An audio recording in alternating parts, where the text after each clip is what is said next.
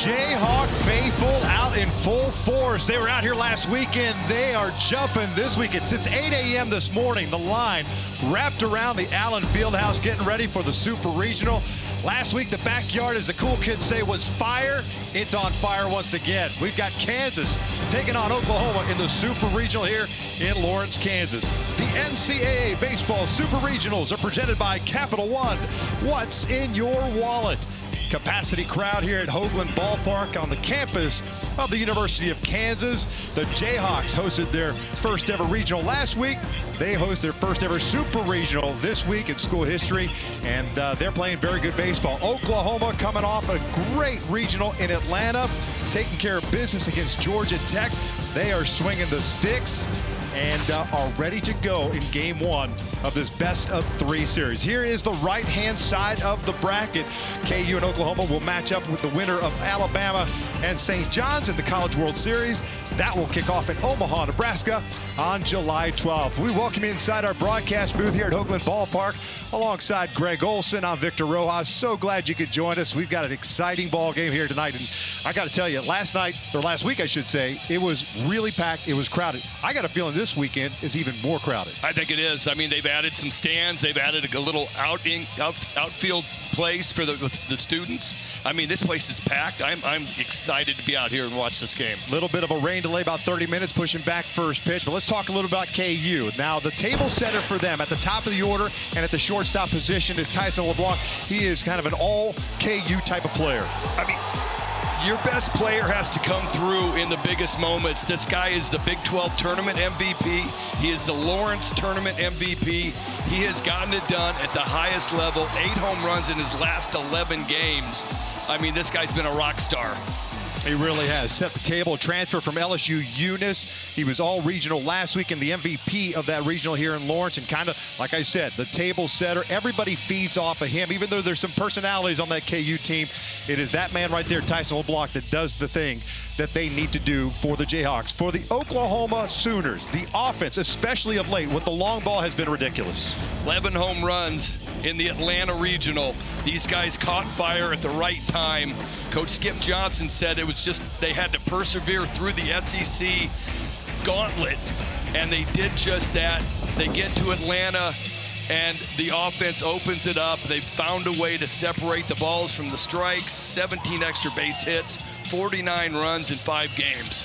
Just 350 as a unit in that Atlanta regional, and obviously 2 come from behind victories against Georgia Tech. The Jayhawks and the Sooners are ready to do battle here at Hoagland Ballpark. Game 1 of this 3-game set. Sit back and relax. We're going to bring you lineups and first pitch when we return.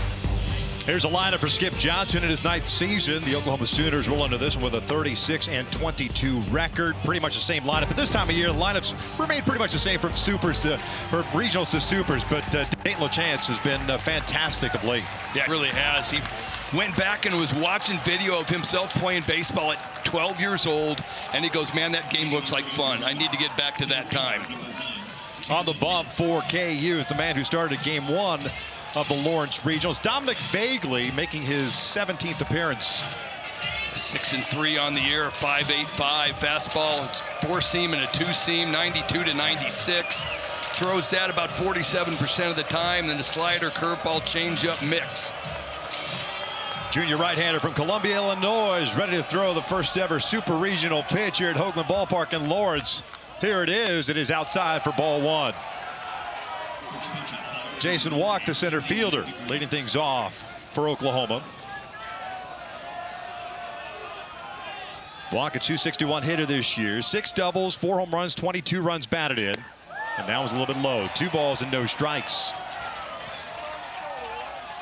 Bagley got the opening nod last week, picked up the win. He's a guy that very rarely seems rattled on the mound. Here's the 2-0. And that is a strike on the inside corner, 2-1. Javero January calling the balls and strikes. Josh Skepis at first base, Clint Fagan at second, and Jason Harstick, the umpiring crew for this weekend series. That's down and in a breaking ball. And it's a 3-ball, 1 strikeout. Now, this is an Oklahoma team that will run and has run all season long. So you got to try to keep them off the bases. 117 stolen bases on the year. But KU did face a team in Northeastern with 210 stolen bases on the year.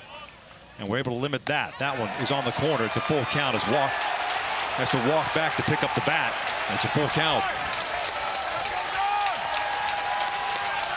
Well, Coach Fitzgerald feels really comfortable having this guy on the mound to control the running game. Good athlete. So, yeah, the walks are a concern, but you got a guy that can control the game. 3-2. Called strike 3. There's the first out of the ball game.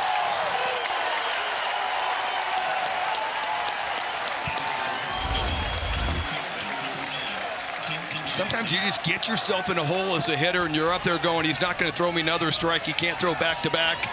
And I feel like Jason Walk did just that. Just kind of got locked up on the pitch. I mean, it's a fastball right down the middle of the plate, bottom of the zone.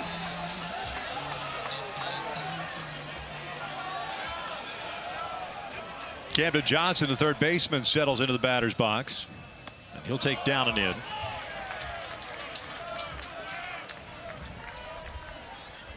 Johnson, a Texas native, a junior, 310 on the season, 11 doubles, 3 triples, 8 home runs, and 44 runs batted in. Defensively in the outfield, pretty much straight up. LeBlanc hitting him up the middle. That one is just off the plate. It's 2 balls and no strikes.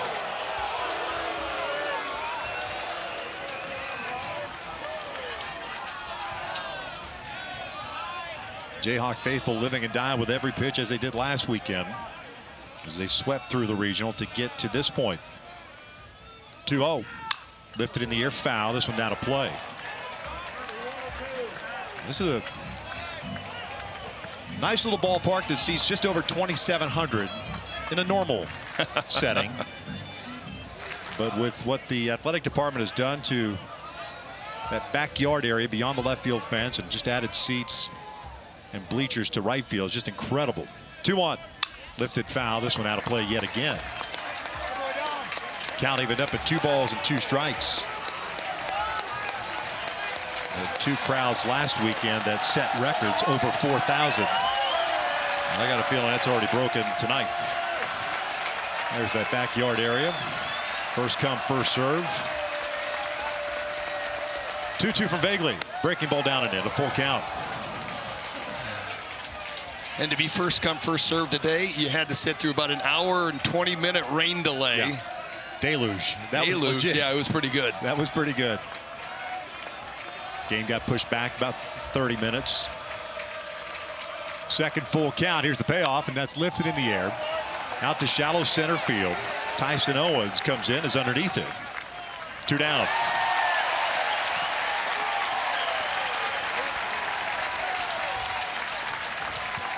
Defensively for the Jayhawks, Ballinger left. Owens, who just made the catches, in center. Bach is in right. Slaughter back at third. LeBlanc on the left side, on the shortstop. Osorio gets a start at second. Dykhoff at first base, and Mungarieta behind the plate for the Jayhawks. No Cade Baldridge, still dealing with an injury from last weekend. So 2 outs, nobody on. It's the catcher, Dayton LaChance, at the plate.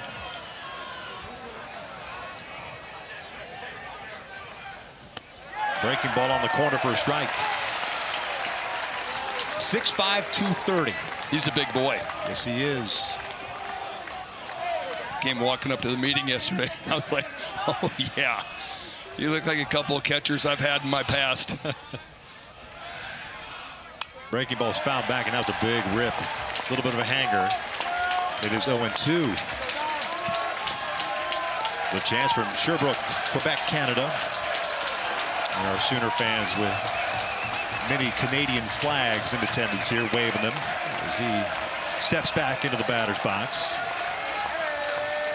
The man they call Big Maple in the hole at 0-2. Tried to get him to expand. 1 ball, 2 strikes. Jason Walk struck out looking. Johnson with a fly ball to center, and Bagley trying to finish off a 1-2-3 top of the first. Just underway, no score.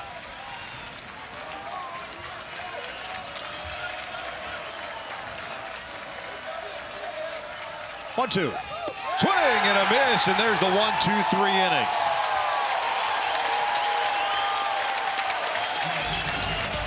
Bagley gets the punch out. Good first inning, 2 strikeouts. We go to the bottom of the first. Kansas winning the Lawrence Regional on a Sunday. They had to wait till Monday to find out if they were going to Atlanta to take on Georgia Tech or host here. Oklahoma picked up the victory, and that's why KU is hosting this Super Regional. Here's a lineup for Dan Fitzgerald in his 4th season, and one of the best seasons that KU has had in a long, long time. 45-16, the table setter we talked about in the open, Tyson LeBlanc. I mean, he has been absolutely lights out as of late. 11-game hit streak, 8 home runs, hitting .409. He's got the school record for home runs. I mean, your best player leading off and getting it done at the biggest moments of the season is exactly the way it's supposed to play out. Oklahoma going with a freshman on the bump. A 6'6", 235-pound left-hander at Maypearl, Texas. Cord Rager's on the bump. This will be his 14th appearance of the season. Fastball 91-95. He's got a cutter, a slider, curveball, changeup. Pretty solid first outing against TCU, and he has just kind of rolled since then. Last 10 innings without a walk. Had to start last Saturday against the Citadel. Went 6 innings in the Atlanta Regional. That was a season high, and the 8 strikeouts matching a career high.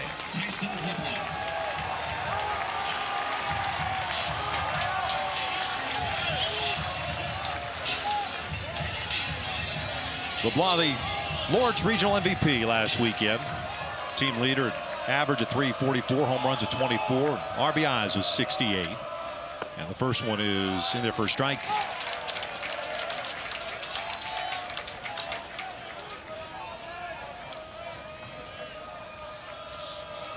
Oh, 1 pitch. That's pulled to short. Willits comes charging in. Off balance throw, and they get LeBlanc for out number 1. Defensively for the Sooners, you have Brock in left, Walk in center, Harris in right, Johnson and Willis on the left side of the infield, Branch and Taki on the right side, and LaChance behind the plate.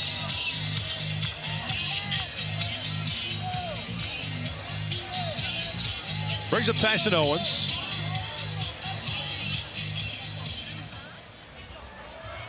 Willits shading Owens up the middle, so big hole on the left side of the infield. And that's what you will see from Tyson Owens. He is not afraid to let it fly. 275 hitter this year, 14 home runs, 42 runs batted in.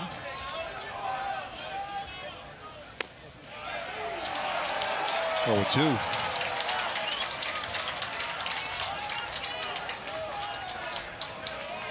Now they move to 3 infielders on the right side. The 0-2 pitch.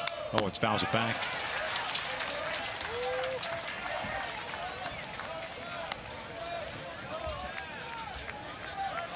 Most of Owens' hits on the ground or to the pull side. So now you're seeing the third baseman playing a traditional shortstop and 3 guys on the right side.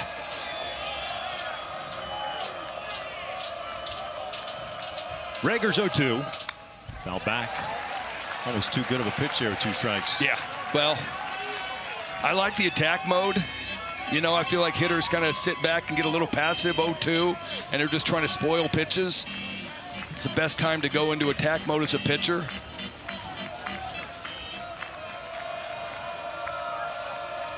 Trying again. Trying to get him to expand. Misses. 1-2.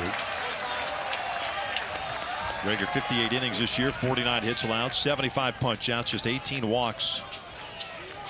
It's a pitching staff that Skip will use up and down. That is up and in. 2 balls, 2 strikes. It is a 15-man pitching staff, and with Skip says it's a 15-man pitching staff, it is a 15-man pitching staff. Yeah, I thought that was awesome. I mean, you're hearing people complaining about how the format of the regional was too hard, too many games in a short amount of time. And that hit him in the elbow. Breaking ball. LaChance talking with Javero, asking him if he threw the elbow out there. January says he did not, so it's a hit by pitch. With 1 out, KU's got a man on. Well, LaChance, he's fighting for his pitcher right now. Let's see what we got. There's a little lean in there. And we're not going to have a review, so runner on first base, hit by pitch.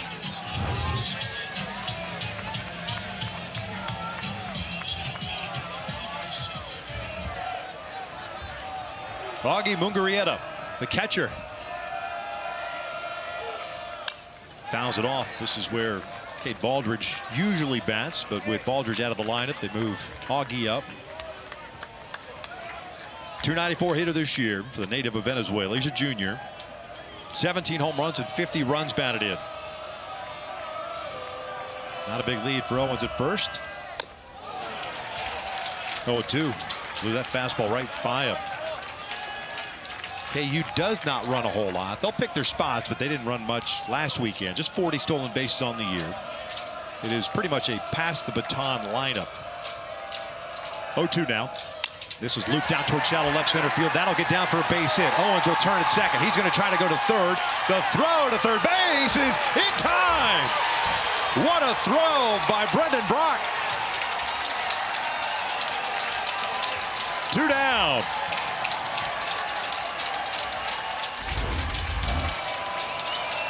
Well, this play is right in front of Tyson Owens. All right, base hit. He sees it, gets a good jump, good read.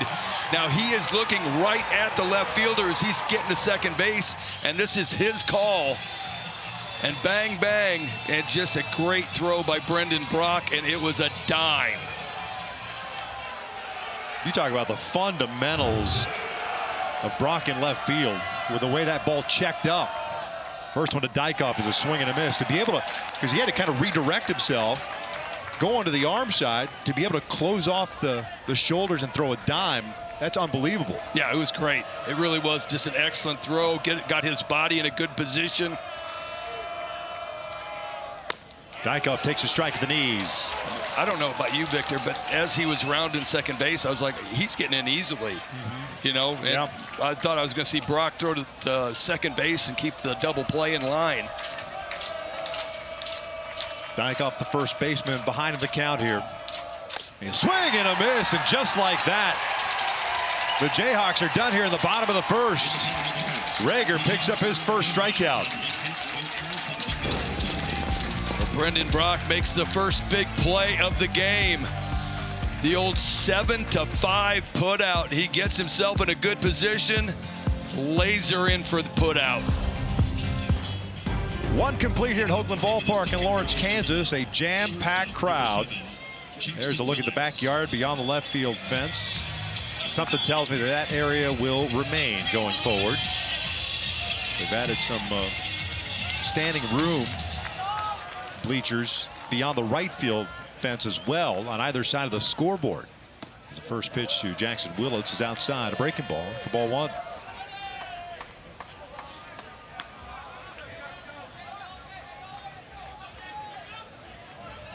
There it is. Jayhawk fans and Sooner fans all over the place. Here's the 1-0. Willits lays off. 2 balls and no strikes.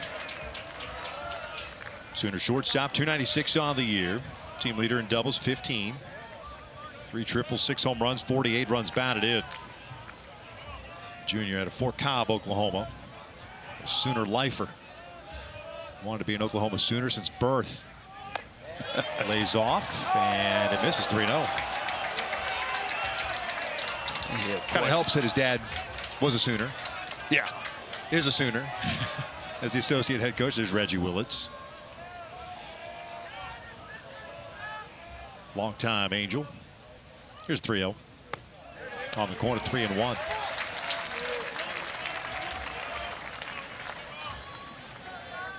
Pretty good baseball family, I would say. Yeah. Yeah. I mean, comes in here playing shortstop, batting fourth. Had a great regional.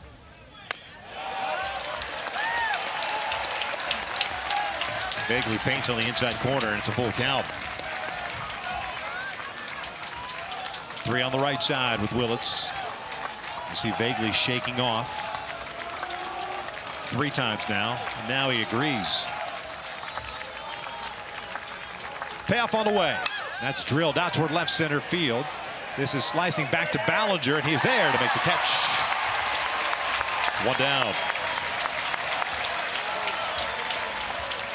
Third 3-2 count for Vaguely. He shakes 3 times. I like that little old school You know what you're going to throw. You don't want to be predictable, so you're shaking, and all it is a sign from the catcher with a little hand wag. And then you get back on the same page. Fastball broadsided at 96.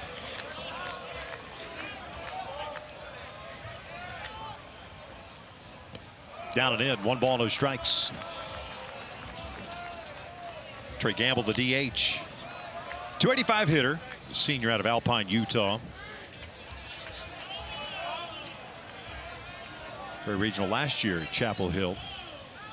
8 home runs, 33 runs batted in. He'll top this one towards second base. Osori's got to come charging in. 2 down.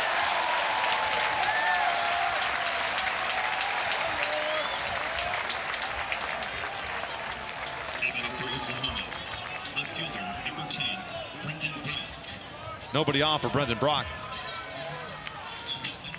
Vaguely out of Columbia, Illinois. Drafted out of high school by the Arizona Diamondbacks out of Columbia High School. He's one of the guys that has been here for 3 years. The veteran, if you will. Especially with all the transfers that come in on a yearly basis, the JUCO transfers.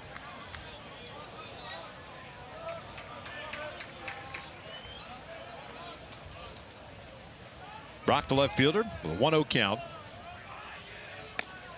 2 balls, no strikes. KU, year in and year out, seem to have a top 5 JUCO transfer recruiting class. 26 newcomers, 28 transfers, 16 from the junior college ranks. 2-1. I feel like the JUCO transfer has gone away a little bit more with the transfer portal. Yeah. You know, I mean, it used to be the plug-and-play JUCO transfer guy, and now all of a sudden it's like everybody's scouring the portal.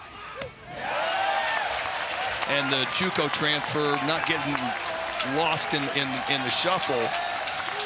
But, you know, maybe with the portal, we're going to see more guys going the JUCO way and then finding their ways into Kansas like this situation here. Yep. On their feet here at Hoagland, 2-2. Outside, a full count. Well, I think Dan Fitzgerald and John Coyne, the recruiting coordinator for the Jayhawks, kind of staying within their means, right? They understand what they are capable of doing as far as being able to go out to the portal versus let's just go get transfers from the JUCO world. And it's worked out well. 3-2. That is off the plate, ball 4. So the Sooners get their first base runner. It's a 2-out walk.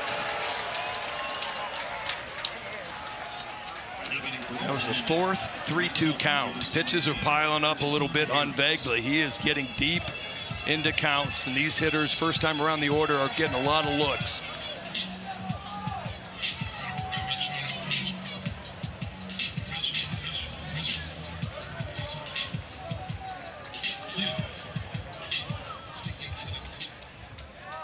So Brock at first, 2 outs. Desan Harris, the right fielder, team leader, average of 367. And he'll pull this one way foul.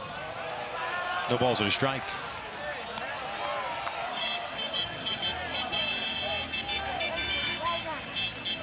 Harris with 7 doubles, 3 triples, 3 home runs, and 19 runs batted in for the Plano, Texas native. Brock will run 26 stolen bases on the year. That leads the Sooners. He's only been caught 3 times.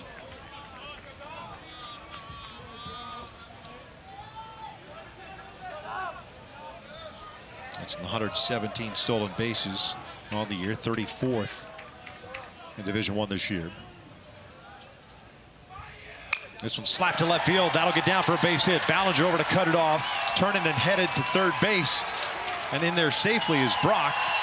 And into second is Harris. It's a 2-out double, and the Sooners cooking here with 2 in scoring position with 2 outs in the second.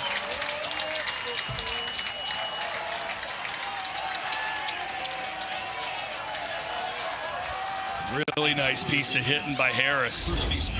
Breaking ball down, stays inside of it. On the backdoor hook, shoots it to left field.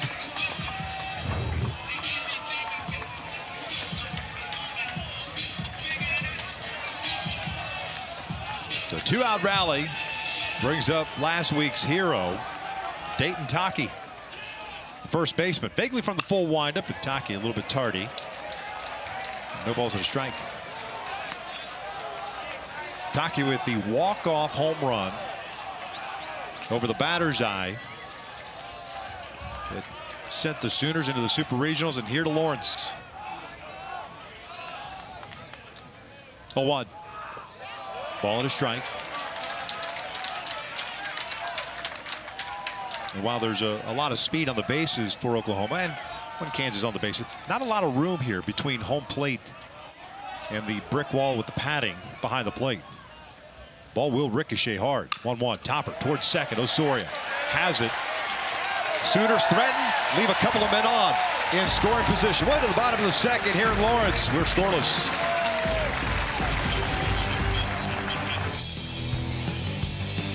Incredible season for the Jayhawks. Historic, to say the least. 45-16 on the year. And it didn't go off as great as everyone thought it did, especially at the beginning of the year, but they were able to turn things around. First regular season conference title since 1949. Then not only that, they win the conference tournament. They win the regional last week. They come to a super regional, seeking their second visit to Omaha. They were there in 1993. Went 0-2, as you see the improvements year after year for Dan Fitzgerald and his Jayhawks. 22-8 here at Hoagland Ballpark. 20-11 out on the road. It's Dariel Osorio leading things off, and he's got himself a 1-ball, 1-strike count. KU, the only Power 4 team with at least 20 road wins on the season. I mean, they've had an unbelievable year. Yep. And Dan Fitzgerald just has them rolling. You saw the amount of wins. Year after year has been improving.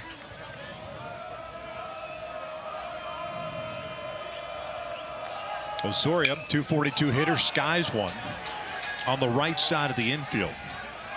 Taki calling for it. Ooh. Oh, hello. Play that to the side.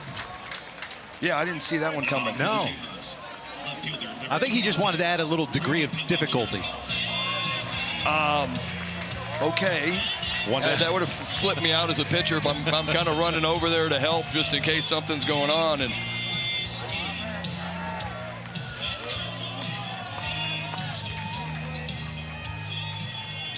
so here's fan favorite Brady Ballinger, the left fielder. The man nicknamed Balls. Does a little stretch in the batter's box, and the crowd gets into it. The hoo-ha. Fouls it off. Ballinger had to deal with a hamate injury. Has sidelined him the last couple of weeks of the season. Came back and was able to play in the regional last weekend. 0-1. Caught the inside corner, and a little bit of a glance back. It's 0-2. Ballinger 289 on the season, 7 home runs, 45 runs batted in for the Las Vegas, Nevada native.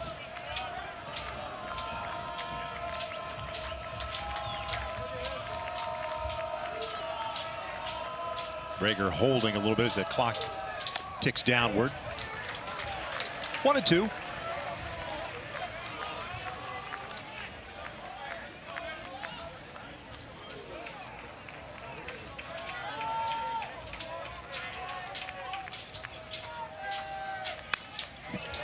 Little emergency hack there by Ballinger.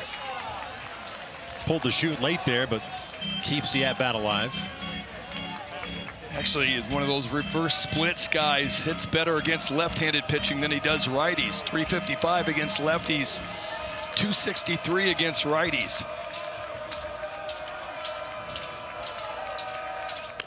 Swings through that fastball. Second strikeout for Rager. 2 down. Rager fired up after that one. Just man on man, threw him a couple breaking balls before that. And here's some gas for you right down Broadway.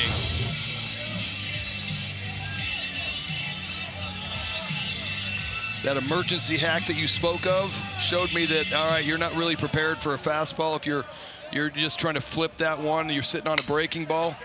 Topper to third, off the glove of Johnson, trickles out of the shallow left, and Schlotterback will reach. We'll see how they rule that. Not sure, did it take a weird hop on him?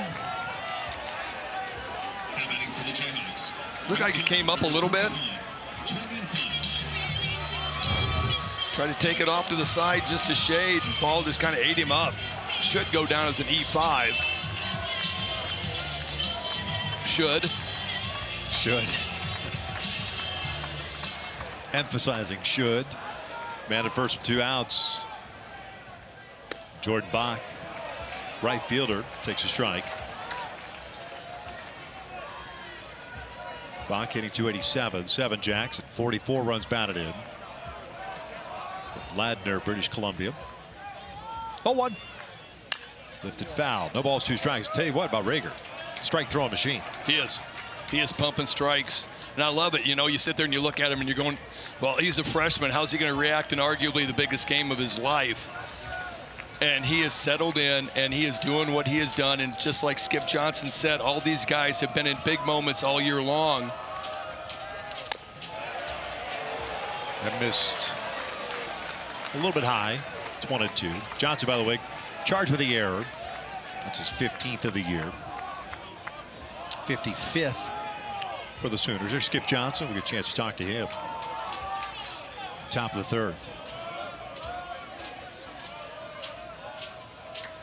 Rager's 1-2. Now back. Rager's just in attack mode. Yeah. Against these lefties, it's just straight 4-seam fastball. Show him a slider on occasion. Keep him honest, but then get back to that heater. He's gotten ahead. 8 batters he's faced. All 8 first pitch strikes.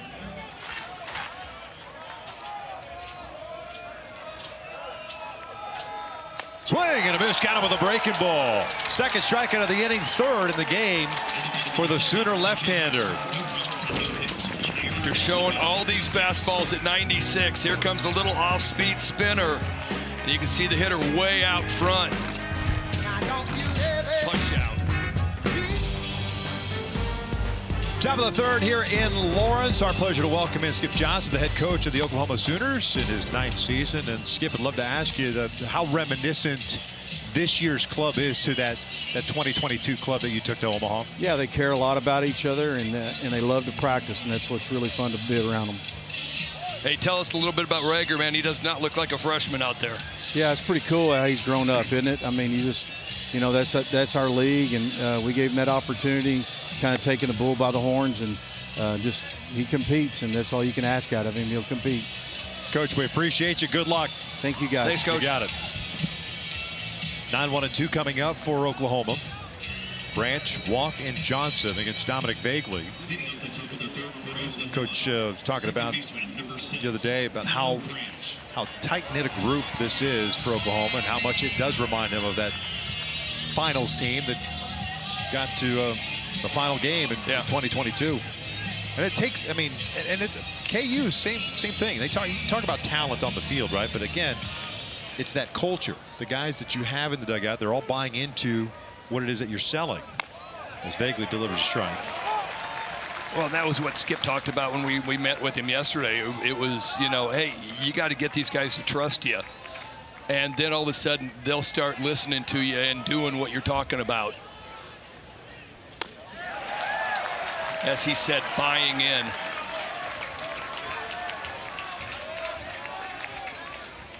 Kyle Branch, the second baseman, .233 hitter, 3 home runs, 20 runs batted in. The sophomore out of Lucas, Texas. 0-2. Just missed outside. 1-2.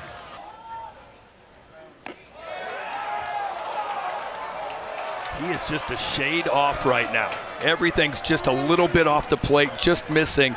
And so, I mean, this sounds just basic, but just slide yourself over 2 inches on the rubber. If you're missing by 2 inches, move over on the rubber just a shade. Soria had it shaded perfectly, and there's out number 1. Spins the lineup back to the top. Folks, the NCAA Super Regional coverage continues this weekend across ESPN, ESPN2, ESPNU, and ESPN+. For more information, visit ncaa.com, the home for all NCAA championships.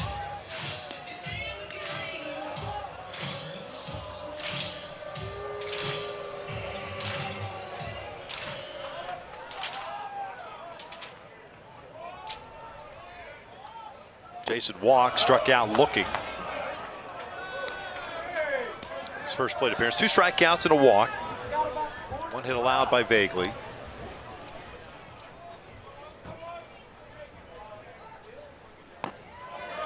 One ball, 1 strike. You see Jason walking around, doesn't like that inside part of the plate, but Javero January, the home plate umpire, keeps calling it on both sides.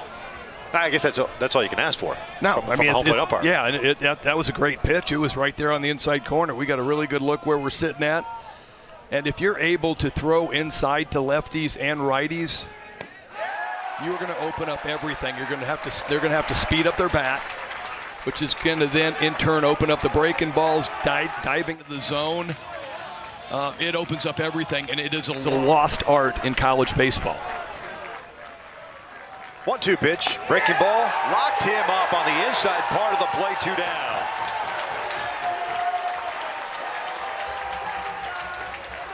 Couple different breaking balls so far by Vaguely. He's showing a little slider, and then that overhand curveball. Velocities are not too far apart, but just a completely different look. And that one starts out coming in high, and Walk just kind of gives up on it, ends up catching the top part of the zone. Camden Johnson takes a strike. A little 2-seamer front door.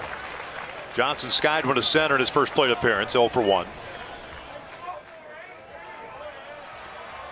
Oklahoma had a little 2-out rally, which they got runners at second and third in the second inning, but could not cash him in as that ball ends up going out of the shallow right field, a foul ball. No balls, 2 strikes.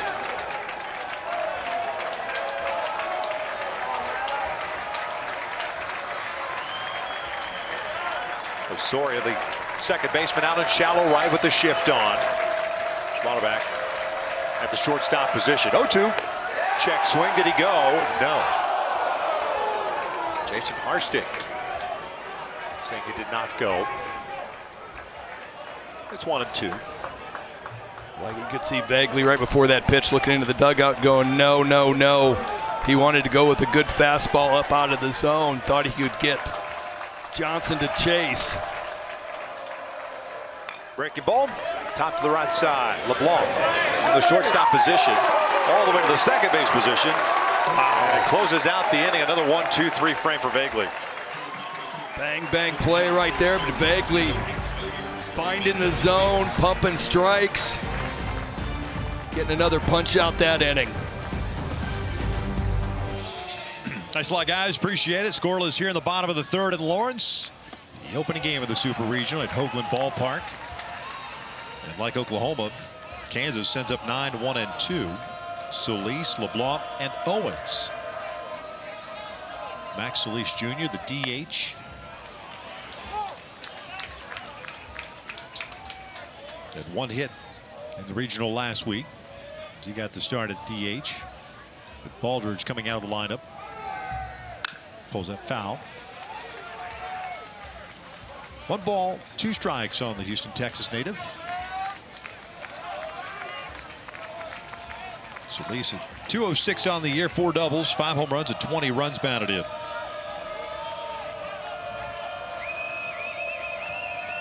Rager's 1-2 is just off the play. See the chance. Trying to bring that one back. It's a valiant effort. He only brought it back about a foot. Yeah. 2-2 from Rager. Boy, that was the right pitch. He had Solis fooled and just somehow got a piece of it to keep the plate appearance going.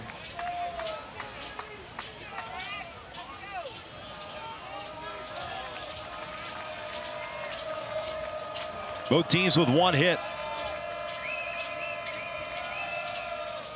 Swing and a miss, got him upstairs with a fastball, the high hard one. fourth strikeout already for Rager. There's one out here in the third. Take a look at the other side of the bracket. West Virginia and Troy have advanced to Omaha. West Virginia taking care of Cal Poly. Troy dismissing Little Rock. North Carolina and USC tied up a game apiece. They'll play tomorrow to determine who goes to Omaha. And then we just heard the Auburn Ole Miss game is tied up at 2. Top of the order here, Tyson LeBlanc. Skies would foul it out of play.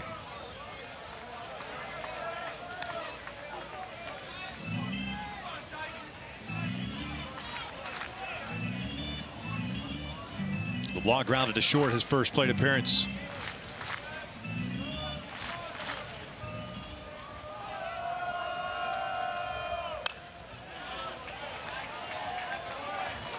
Go to count. Well, Ruger's having a great start. KU did see Hunter Dietz last week for Arkansas, who had a career game against some 14 strikeouts. So LeBlanc was just saying, we were just glad he got out of the game when he did. 0-2. That's pulled left side, and Johnson's got it. A little soft liner, 2 down. Nice range from Camden Johnson at third base. Ball was not squared up, but looking like he was headed into left field through the 56 hole. A little breaking ball, bottom of the zone, just got on the end of the bat.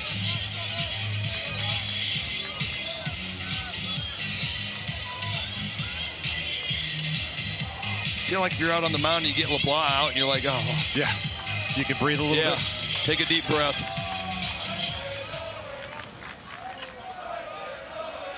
That's what KU wants you to think. First is a breaking ball in for a strike. Owens was behind the count and got hit by a pitch in the first inning. 3 base runners for the Jayhawks. Owens thrown out at third, trying to go to third base on the single by Mugarieta. 1-1.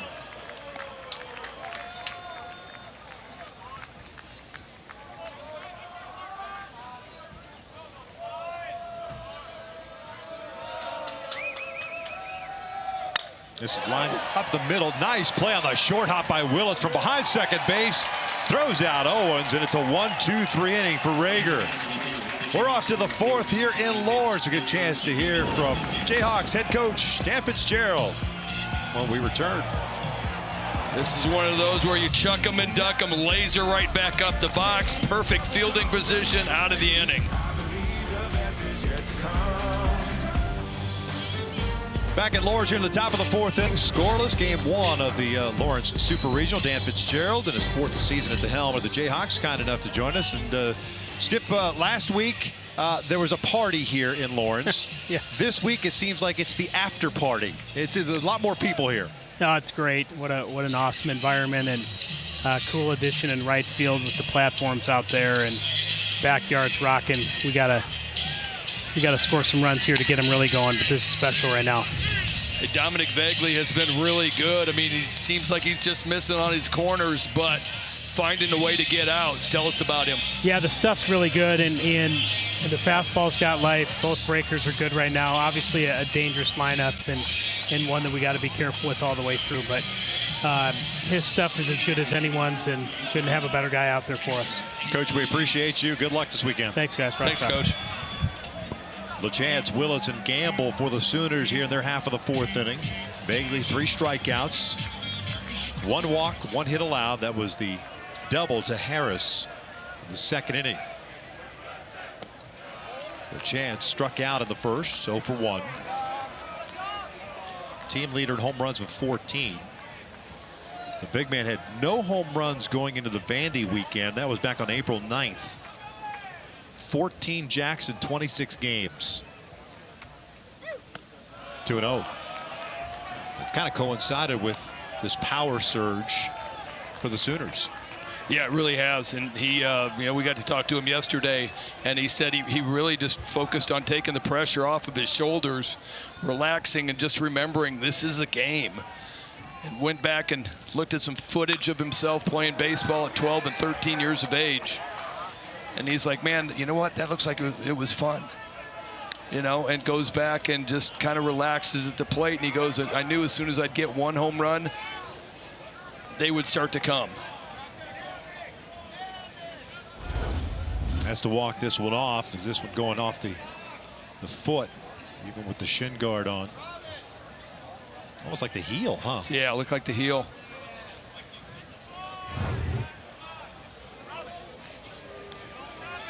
I'm throwing it again. Of course you are. Why wouldn't you? That one stung. Here comes another two-seamer down and in.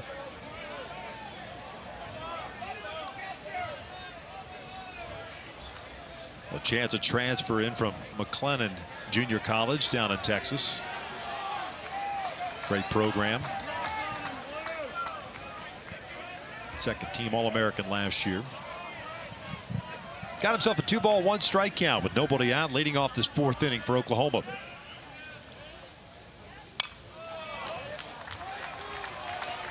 Two.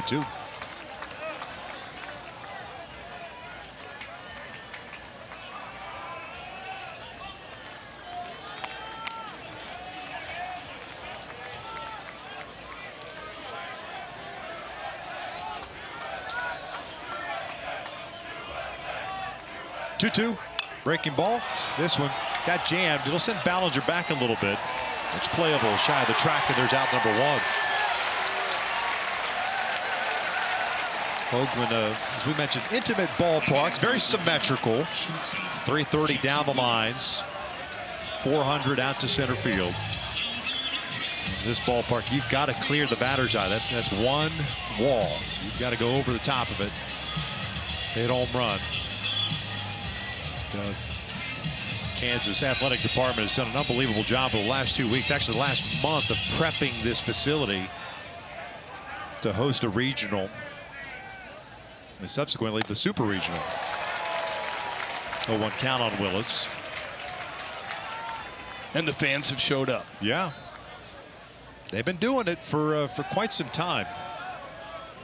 Especially the student fan base. That one's upstairs. 1 ball, 1 strike. There's a Coach Fitzgerald was telling us about a Thursday night game that 2 fraternities came out and they ended up playing pretty good baseball here, and they won. And the guys were in attendance, just going crazy. And then the next night, he thought it was a one-off. 5 fraternities showed up, and then it's just kind of snowballed from there. Then he said, yeah, they were even traveling with him. Yeah. It's turned into a really good atmosphere here at Hoagland.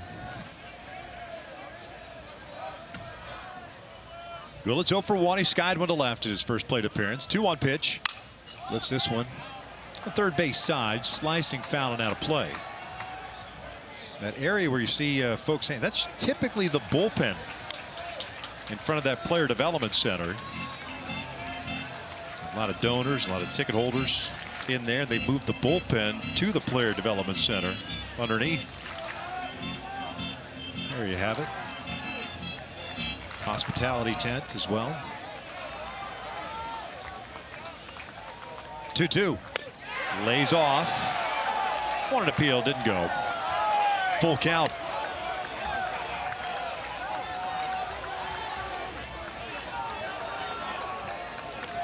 Fifth full count for Vagley already here in the top of the fourth.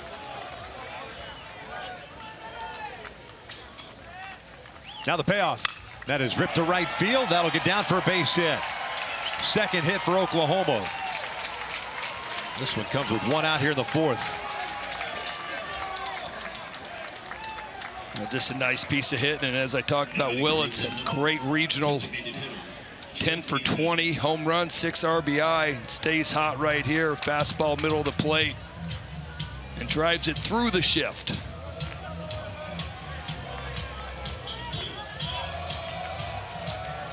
Vagley had 59 pitches. The work from the stretch with Trey Gamble at the plate. The DH grounded to Osorio in the second. Checking on Willits. 5 stolen bases on the year for Jackson. Been caught twice.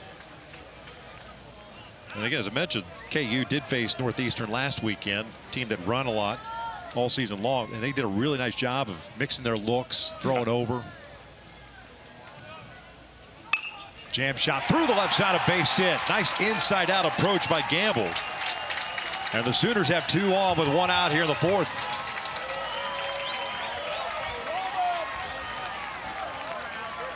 I mean, I love the fact that Vagley's trying to pitch into the shift. So fastball in. Great job by Gamble to stay inside of this, carve it to left field. Wide open shortstop.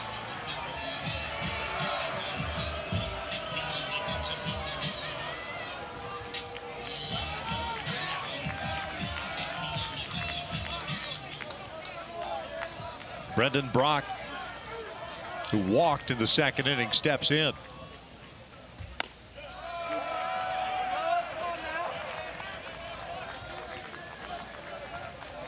Big hole on the left side. Schlotterback a little bit toward the foul line.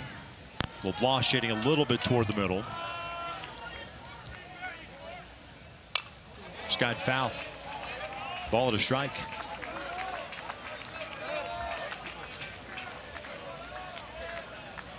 Kansas hoping for a double play ball, but the Sooners really haven't hit into many this year. Just 27 times grounded into a double play as a team this year. Brock has rolled into 3. 1-1. Ground ball to short. LeBlanc bobbles it. Has no play. Everybody is safe, and the bases are loaded. Now, he chose to charge that and play the short hop. I don't think they were going to turn 2 on that ball anyway. I don't know if they would have turned 2 on it, but man, this looks like it's about as routine as it gets off the bat. He's trying to round it and get himself in a position for a quick flip. Ball kicks off the heel of his glove. Goes down as an E6. Could have been a double play. Now you got bases loaded. Let's see how Vagley reacts. Harris sliced a double the opposite way his first time up. 8th double of the year. Mugarieta is going to go out and have a conversation with Vagley. An error by Tyson LeBlanc's 13th of the year, the 58th committed by Kansas. And the first real stress with less than 2 outs for Vagley. Well, I mean, that's one of those, Victor, where you get the ground ball and you're walking off. Yeah. I'm starting to walk towards the dugout, and it's just a routine 6-4-3, and then all of a sudden it kicks off the glove, and now I got bases loaded, and I got to find a way to get a punch out, pop up, another ground ball. Harris a tough guy to double up. That is shot foul. Ball at a strike. Desai with really good speed and left-handed. Obviously gives him the advantage, making it very difficult for KU to try to turn a double play. Willits at 3rd, Gamble at 2nd, Brock at 1st. Here's the 1-1 pitch. Breaking ball. Little number towards second base. Osorio goes to 2nd. They get the lead runner. The run scores, and Oklahoma strikes first. They lead at 1-0. Harris with his 20th run batted in.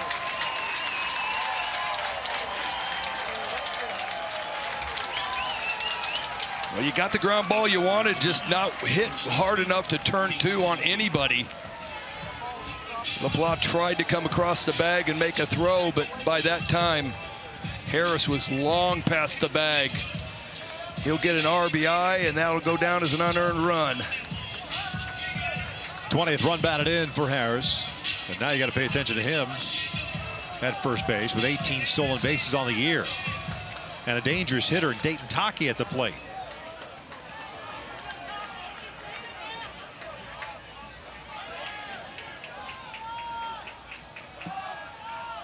Taki 0 for 1.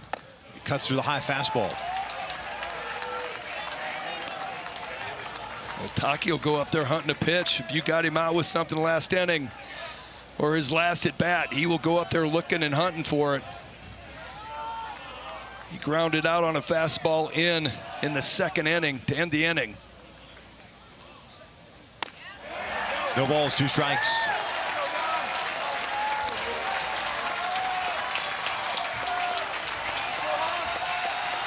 Vaguely trying to limit the damage. If you get out of this with just 1 run allowed, kind of a moral victory. This one lifted out toward left center field. Hit well. Owens moving back. He's at the wall. That is gone into the backyard. A 3-run home run. 4-0 Oklahoma.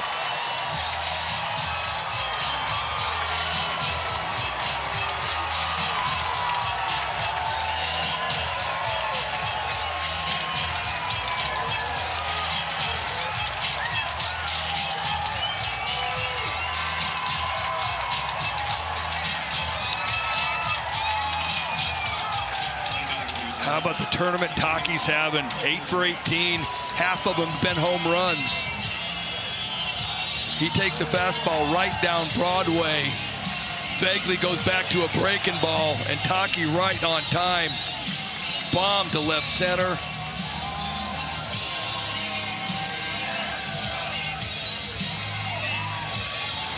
Seventh of the year. A 3-run shot. Vaguely delivers a strike on Kyle Branch. 390 feet off the bat for Taki. And the one thing and we were talking about this yesterday, a lot of the home runs last weekend here in Lawrence were the opposite way. Or I should say to left field, even from left-handers. Well, that's his 7th home run. He's got them scattered throughout the ballpark. When I took a look on our True Media site to see where his home runs are, he's got them to left field and right field as well. So not unusual to see him go oppo. 2 balls and a strike on Branch, who grounded out in the 3rd. Costly error by Tyson LeBlanc on what could have been an inning-ending double play. It kept the inning alive. Harris got a RBI fielder's choice. And with 2 strikes, Taki a 3-run jack. There's a strike, 2-2.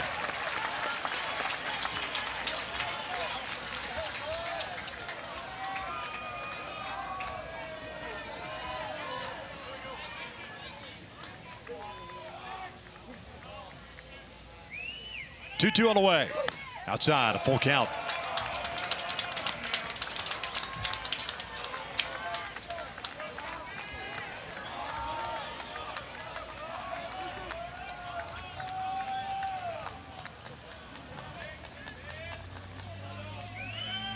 Now the payoff.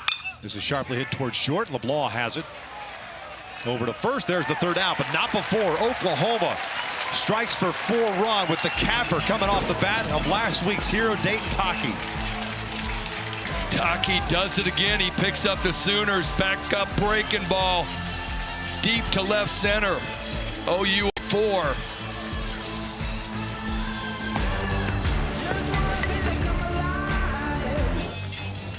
Oklahoma striking for 4 at the top of the 4th inning. They lead it. KU coming to the plate. George Brett, Baseball Hall of Famer. Longtime Kansas City Royal. Bill Self, Jayhawk basketball coach, future Hall of Famer. Coach Self was here last weekend as well. Greatest 3rd baseman ever. Yeah. Top 3. Top 3. Brooks Robinson was pretty good. Mike Schmidt. George Brett. Michael Jack Schmidt.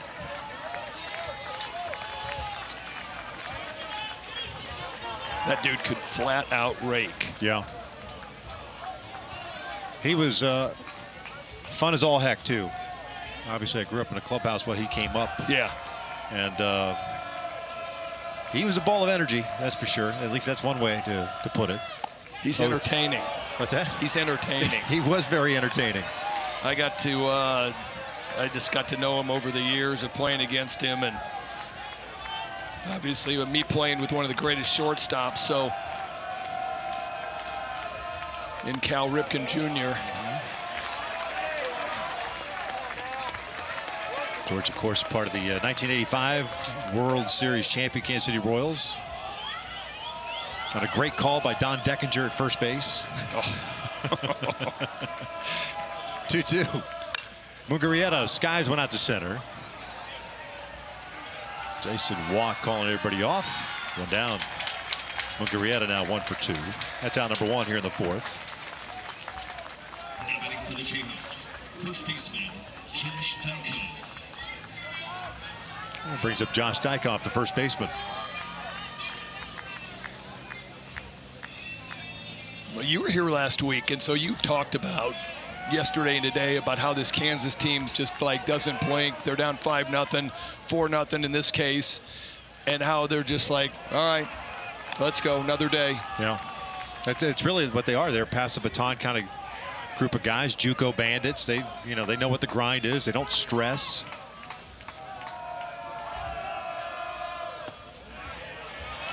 I'm not saying they're invincible. They could always come back, but especially with the way Cord Rager is pitching right now. Yeah. But yeah, that's just kind of been their MO all season long. 2-0. Probably that was a 1-1, so that's a 1-2.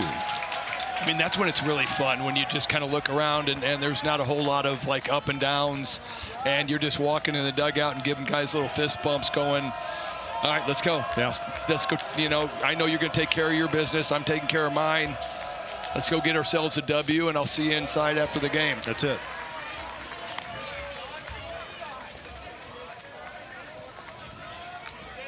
Dykoff struck out in the first inning. 1 of 4 strikeouts for Rager. No walks, 1 hit batter, 1 hit allowed. That was a single to Mungarieta in the first. This one fouled off on the third base side. Well, he struck out on that high fastball to end the first. You can see Rager just going right back up there again. It's like, if you show me as a pitcher that you're going to chase up out of the zone, I am going to see how high that you're going to be willing to chase.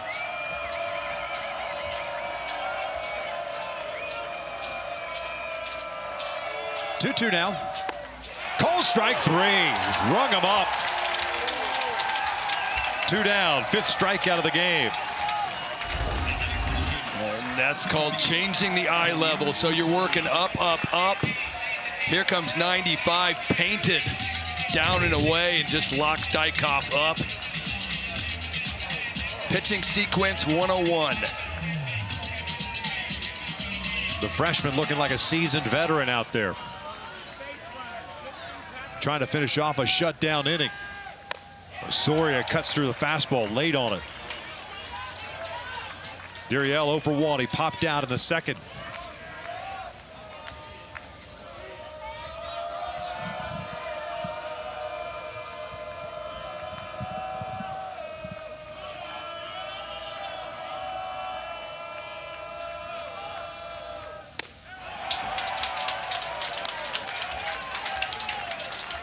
He's just rare and packed. Yeah, here it is, big boy. And I mean, he's picking up velo too. Right there was 97. He's been around 95. He's shown a 97.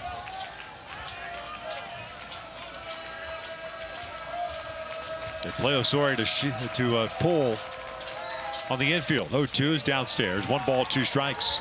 That's what mystifies me. I get it. You know what? Here's your track record. On the ground, you're tend to pull guy. I get it. But my dude's throwing 97. And that last fastball was flat by him. Yeah. Where's this ground ball going to go? Right. It's just kind of basic for me going, all right, he's not pulling this. This one's skied on the first base side. Taki drifting into foul territory. He's got a play on it and makes the catch just to the side there. Okay. A 1-2-3 shutdown inning. 4 complete. Sooners on top, 4-0. Thanks a lot, guys. Wow. Yikes. Yikes. Ole Miss coming into Auburn. Auburn went 2 and out last year against Coastal at home in the Super. Wow. Sooners up 4-0 here at the top of the 5th inning. Will the rumbling start if Auburn gets bounced? No. No? No. Should we start some rumbling? Butch has done a great job in Auburn. And Coach Snall to Auburn. oh, man.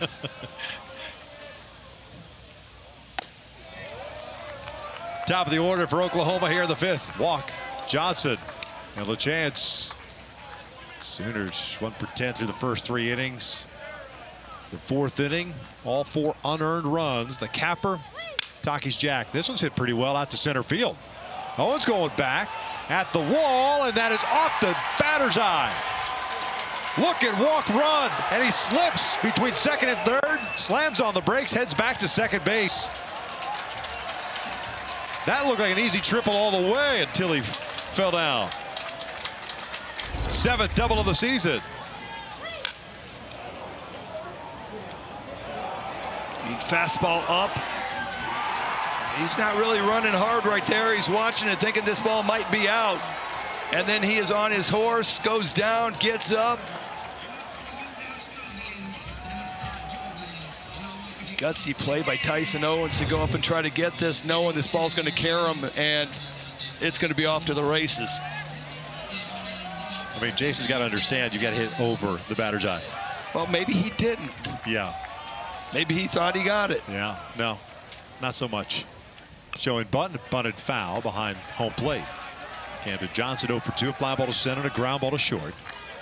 So that wasn't just me that was looking at him coming out of the box going, yeah, I think he thinks he got it. I mean, don't get me wrong, he hit it well, but not that well to go over. Not that well.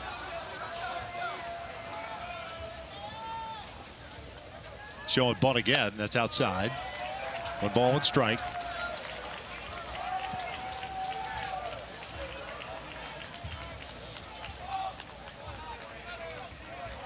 Just 15 sacrifices on the year for Oklahoma. Johnson's got 4 of them. There goes walk. The pitch outside to throw down to third. Not even close. Mugarieta had him, I thought. Yeah. Almost like a pitch out. And the throw just way off. So far off that third baseman just had to come over and make sure that he got the catch. Wow.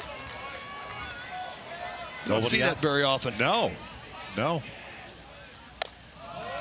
3 balls and a strike. Vaguely really struggling with the strike zone.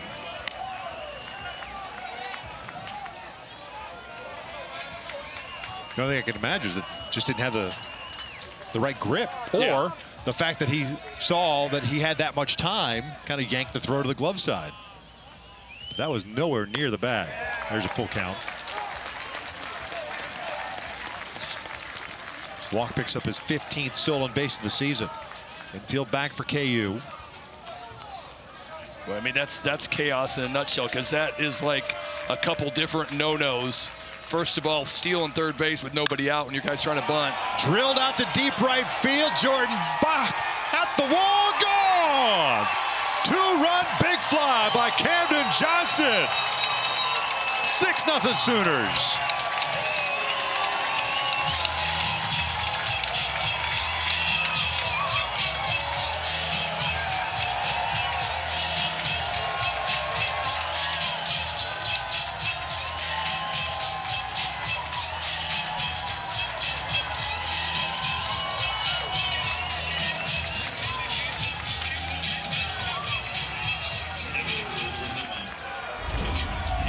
Camden Johnson, 9th home run on the year. 3-2 hook, left elevated, and he spins it. And this thing has just fallen apart for Kansas since that error on LeBlanc at shortstop.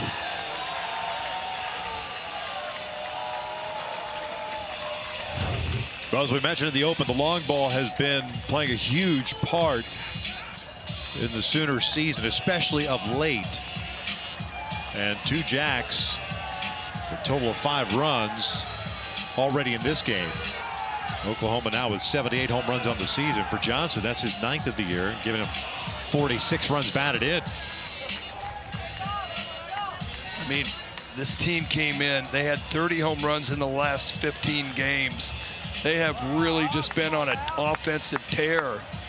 And Skip Johnson says, you know what, they're really being more decisive at the plate, separating balls and strikes and what they're swinging at. Manning West getting ready for KU in their bullpen. Begley's allowed 15 home runs on the season. LeChance smokes one out toward right field. Jordan Bach is there. There's the first out of the inning. ESPN is the home of MLB.TV. Stream every out-of-market game live or on demand using the ESPN app. Blackout and other restrictions apply. For more information, go to ESPN.com/MLBTV. 6-0 Oklahoma. Game 1 of the Lawrence Super Regional.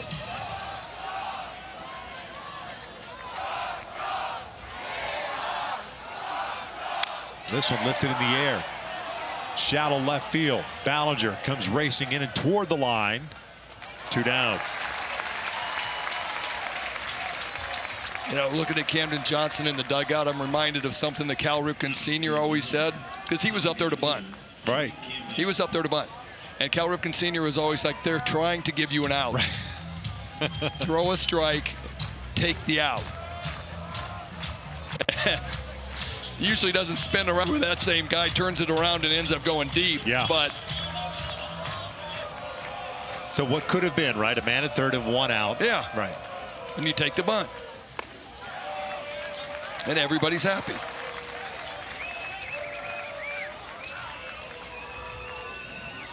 Trey Gamble, the DH. 1 for 2, singled and scored in the 4th. 6 hits for Oklahoma. And not only that, Mungarietta's throw to third. Yeah. You know, a clean throw to third base. I mean, you're talking about 1 out, nobody on. Yeah. And a 2-1 count on Johnson. I've seen a couple. Been so good at this year, kind of go the other way, and Oklahoma has done a heck of a job of capitalizing. Credit them. Yeah, I mean that's the biggest piece of the whole pie is that Oklahoma has capitalized. That's drilled out towards center field. Owens is looking up, that is gone. Big fly over the batter's eye for Trey Gamble, 9th of the year. It's 7-0 Sooners.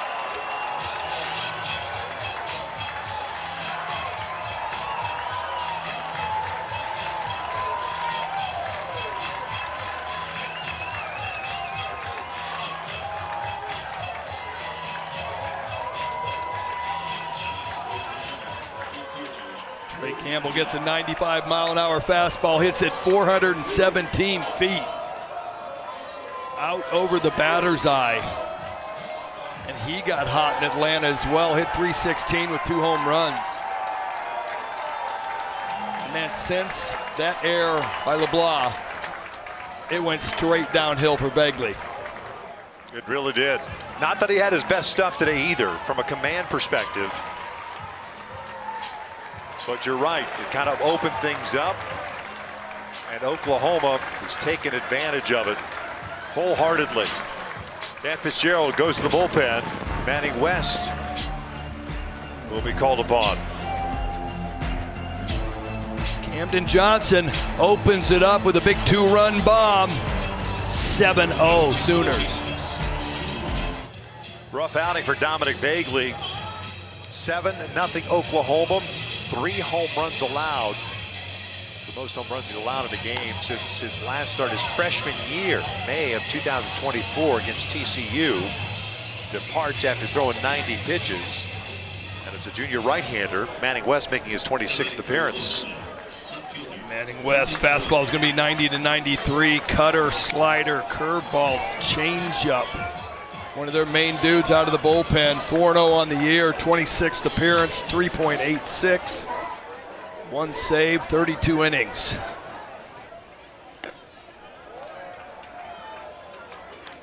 Brendan Brock, the left fielder, walked into the second, reached on that error by LeBlanc, the 4th.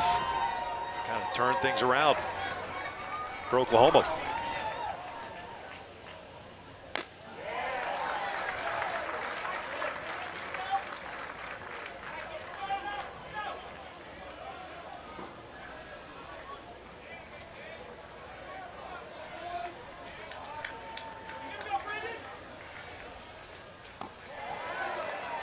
In there for a strike, 1-2.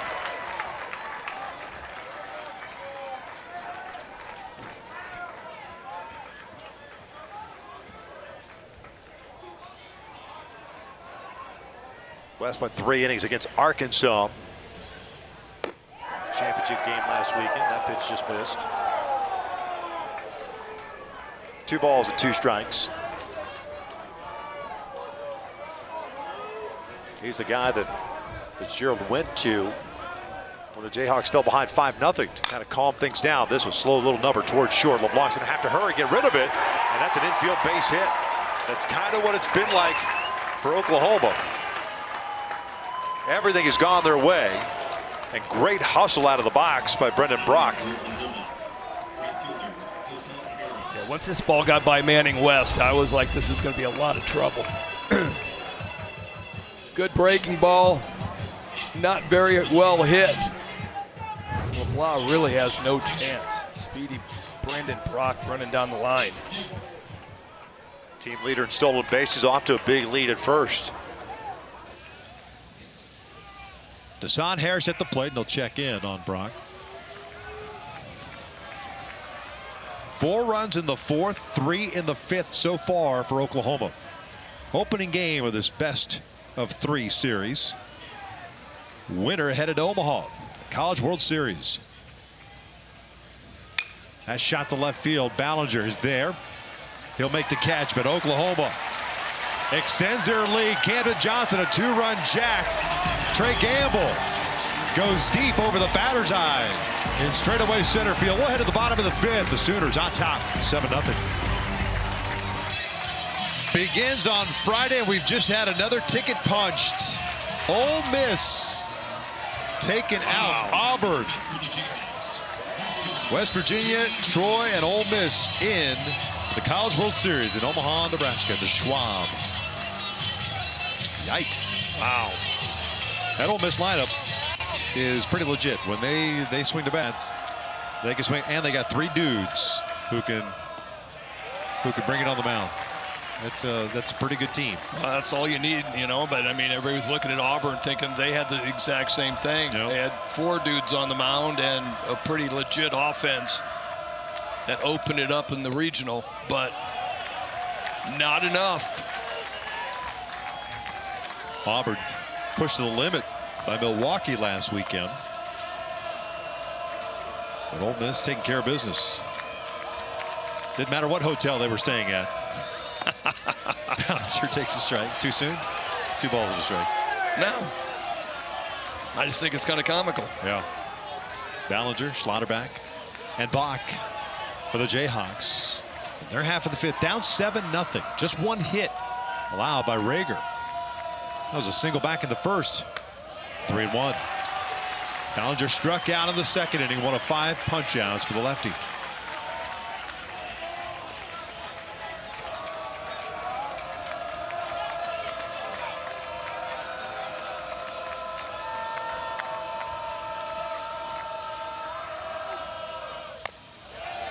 There's ball 4. Leadoff walk. First free pass issued by Rager.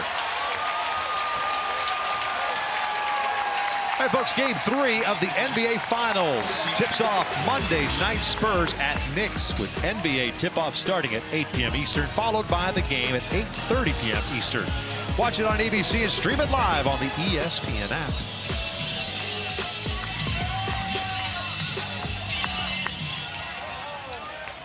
Bill Self trying to draw something up for the Jayhawks baseball team. Down 7-0. The leadoff walk always helps. This one skied out toward left center field. Hit well. Walk spins around, comes back toward left center field. Makes the catch. That ball hung up there.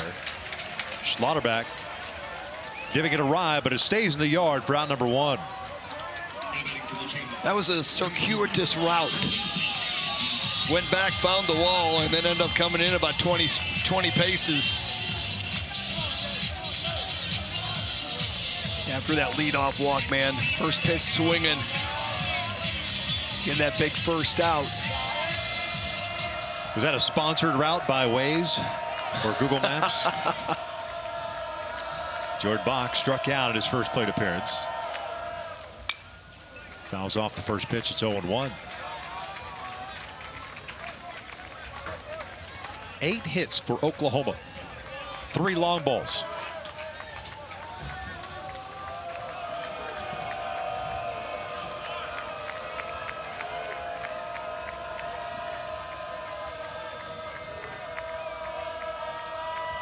A 1. Ball and a strike. These 2 teams used to meet on a yearly basis.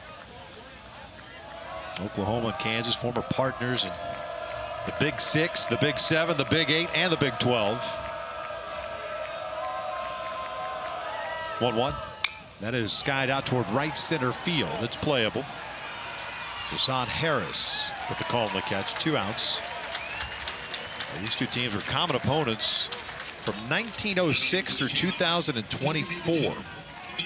Sooners went to the SEC. Sooners have the all-time record at 175 and 97 as far as head-to-head.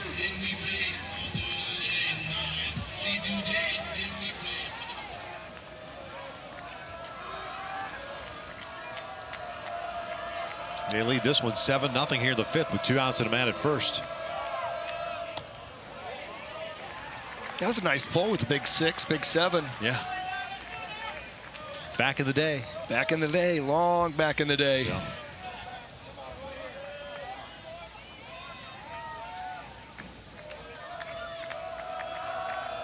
Max Leach Jr., the DH, struck out in his first plate appearance ahead of the count of 2 balls and no strikes. The old 2-out, 2-0.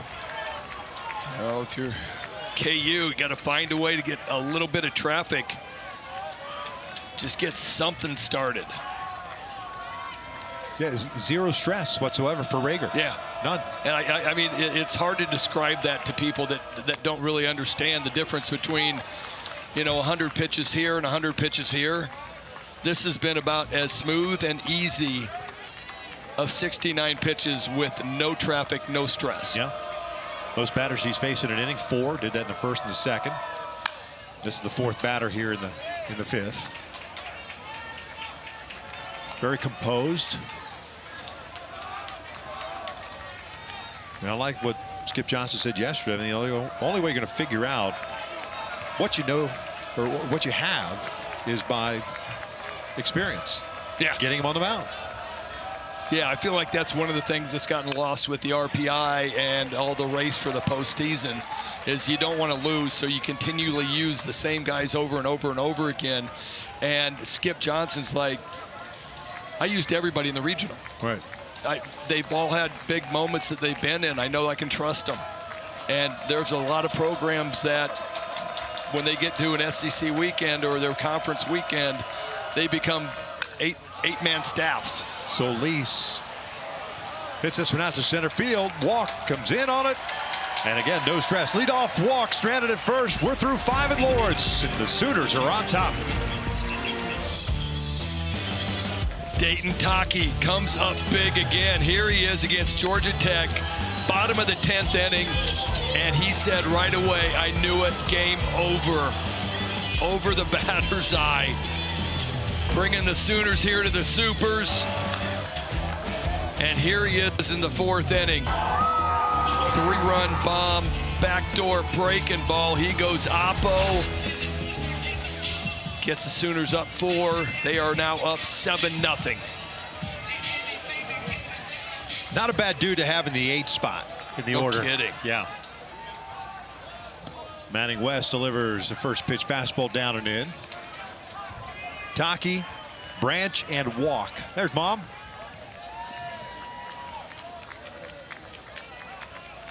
Home run is 7th of the year, now with 21 runs batted in. And it's 2 balls and no strikes.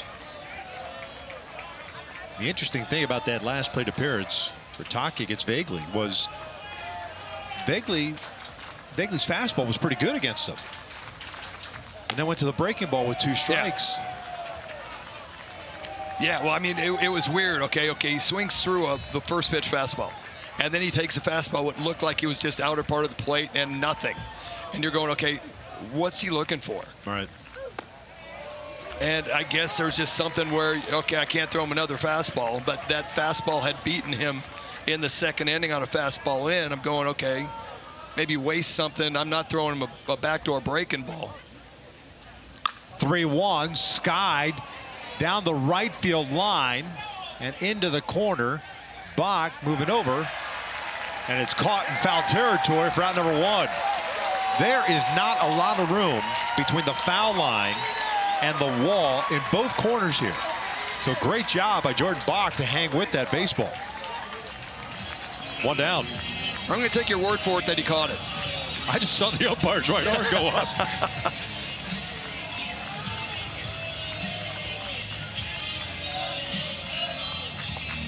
Yeah, long run, ran out of room, but he was able to make the catch.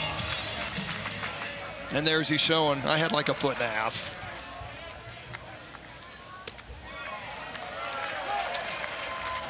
Kyle Branch 0 for 2 with a couple of ground outs.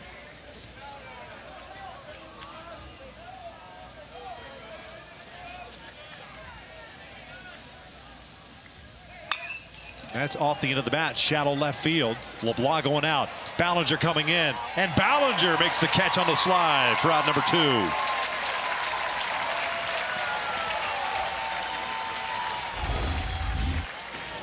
Well, this is just a great job of communication between your shortstop and the left fielder. You can see LeBlanc gets way out there. Great coverage by him.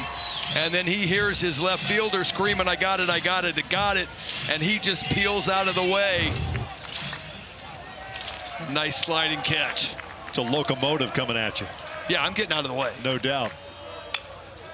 But how about my shortstop getting that much depth out in left field? Yep. No balls at a strike on Jason Walk, the center fielder. Struck out in the first and third innings and then doubled and scored in the fifth. Also picked up a stolen base.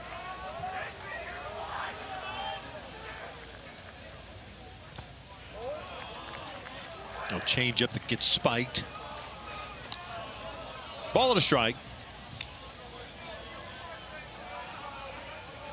Sooners have been retired in order twice in the first and third innings. West trying to do it here in the sixth.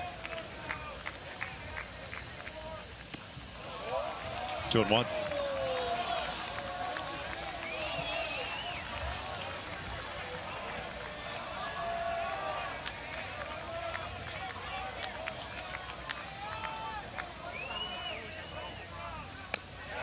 Good pitch underneath the hands.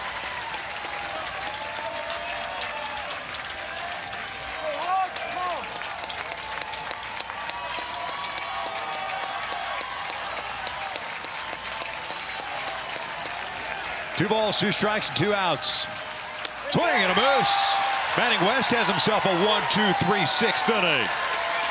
We head to the bottom of the 6th. KU's got the top of the order coming up. They're down 7-0.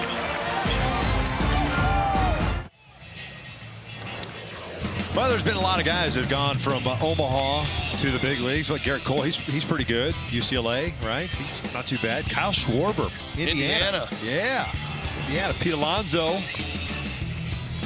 he's pretty good. Adley Rushman, not bad. He'll do. Paul Skeens, average at best. No, I'm kidding. We're talking some pretty talented dudes that have gone from Omaha to the big leagues. No doubt. I was going to say.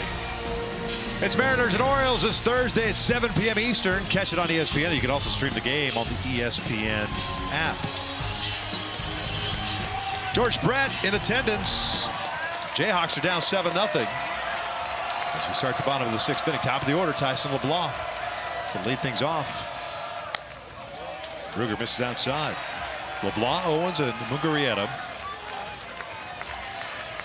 I'm thinking about pinch hitting George. You think so? Yeah.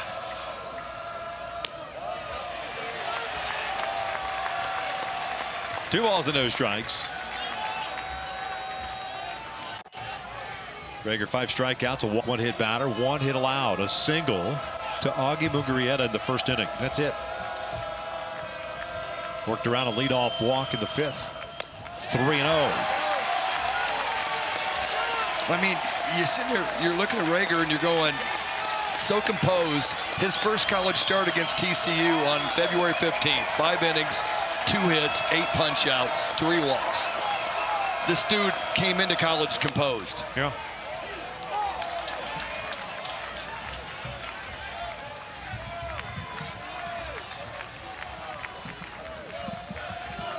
Two-way athlete coming out of Texas. He's a first baseman, 3-1. Jammed him. Lofted out to shallow right field. Deshaun Harris calling for it. There's out number 1.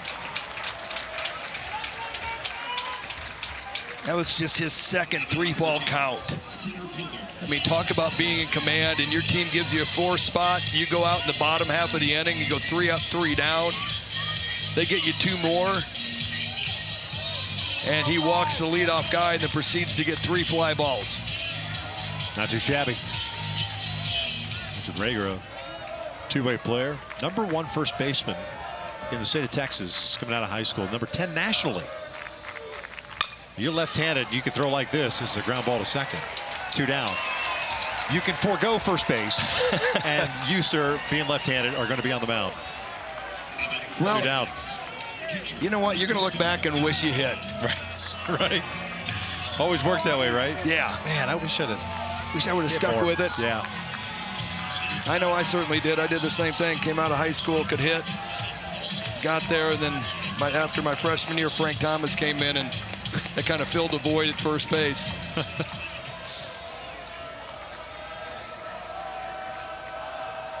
Augie Mugarieta, the catcher, chopping this one to third. Johnson's got it in foul territory. It's a foul ball.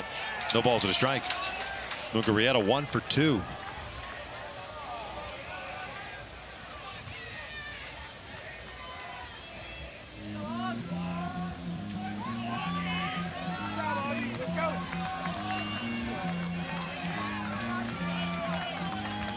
Great crowd on hand. It's been all Sooners.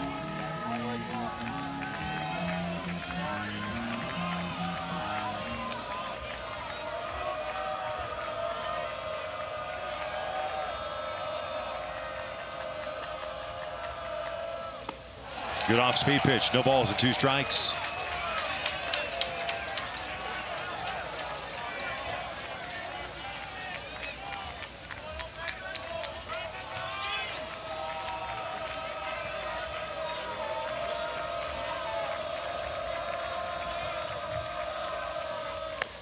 Swing and a miss. Down goes Mugarieta. And a 1-2-3 6th inning for the freshman left-hander. Rager staying hot and getting these Jayhawks to sit down. Here's a backdoor breaking ball, perfectly located for the K. Top of the 7th here at Hoagland Ballpark in Lawrence, Kansas. Oklahoma with a 7-0 lead. Cord Rager, 6 innings, tying a career high. And he has looked really good. Dominic Vagley struggled. Let's see, 3 earned runs, 4 2/3, but 3 long balls given up. And it is really the unearned runs that came across, the 4 unearned runs in the 4th inning. But Oklahoma continued to add on via the long ball. Here in the 7th, they'll send up 2, 3, and 4. Johnson, LaChance, and Willits. 2 balls, no strikes. Camden Johnson, a 2-run home run in the 5th, 9th of the year, now with 46 runs batted in.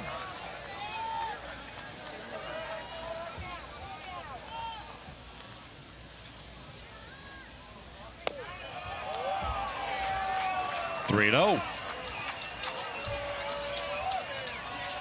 West has worked an inning and a third.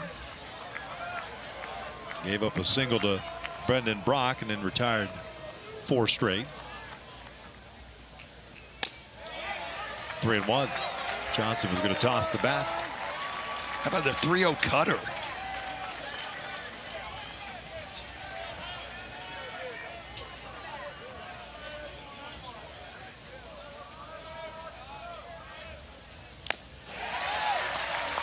And the 3-1 cutter.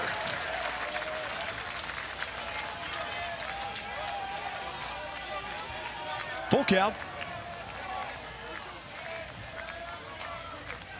And West starting his collegiate career at Oklahoma State in 2023. There's a cold strike 3. Johnson doesn't like it. There's out number 1. Second strikeout for West. Well, the thing on West, he throws that cutter 73% of the time for a strike, so something I can trust. So it misses on that one, but he gets Johnson to chase. This one lands on the inside corner.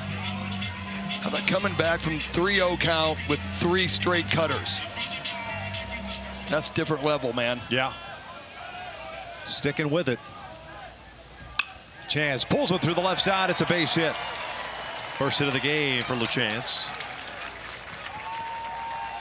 And a man on for Jackson Willits.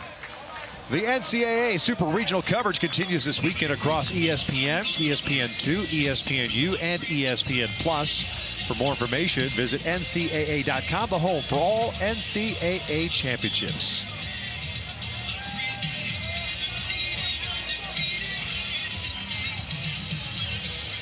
Jackson Willits 1 for 3, singled and scored in the 4th inning.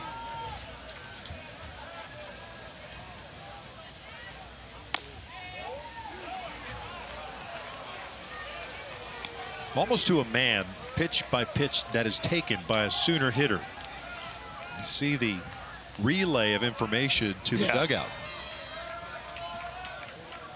of what the pitch type is. Well, that was another thing we talked with Skip Johnson about. When at some point they had no track man up. And so these guys really weren't recognizing what pitches were coming. And so you're seeing a lot of this in college baseball now, where they're looking in the dugout and giving feedback on the new pitcher of, hey, you know what, that's what he's throwing right here. A little cutter, slider.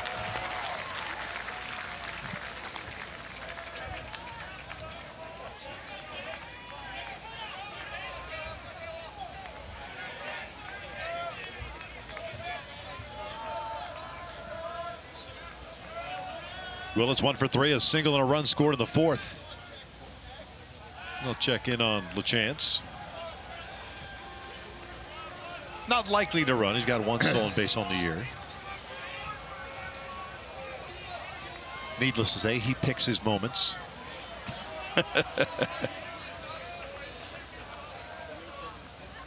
2-1. Willits drives one out towards center field. Oh, he's got a good jump on it. 2 down. Well struck. But it's a second out here in the 7th. I mean, just looking at LaChance's lead over at first base, he does not have 1 foot out of the dirt circle. So showing me either he's going to do an Albert Pujols where he just starts kind of walking and drifting and then goes, or else he is not a threat at all with that lead. Yeah, Albert Pujols, the original vaulter, if you will, stolen base category. He would lull you to sleep. Yeah. Yeah. I mean, you're like, I'm not even going to throw over. I know he's not going to run, and then next thing you know, he's just kind of walking, partial way to second base, and he's got a stolen bag, and the catcher doesn't even have a chance to make a throw. 1-0 to Gamble's down low. 2 balls and no strikes. This is where OU has been lethal tonight. In the Atlanta Regional, they hit 250 with 2 outs. Right now, they are 4 for 10, hitting 400. Gamble 2 for 3 with a single and a home run. The 2-0. Way inside. 3 balls and no strikes.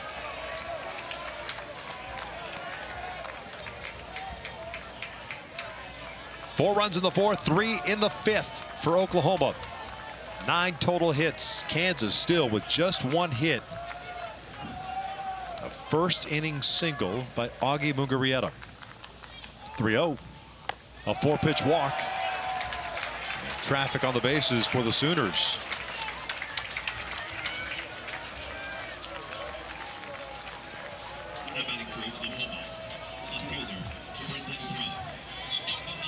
.33 pitches for Manning West.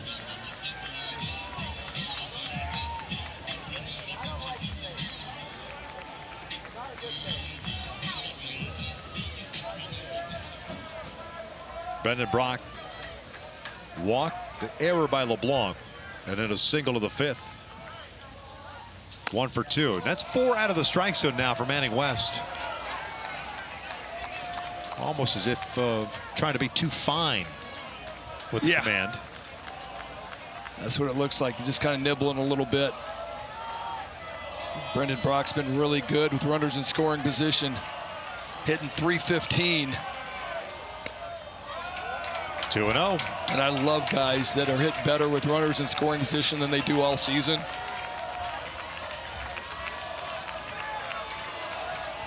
The ball 6 chance now by the Sooner faithful. 2-0, 3-0. Mugarieta out to pay a visit.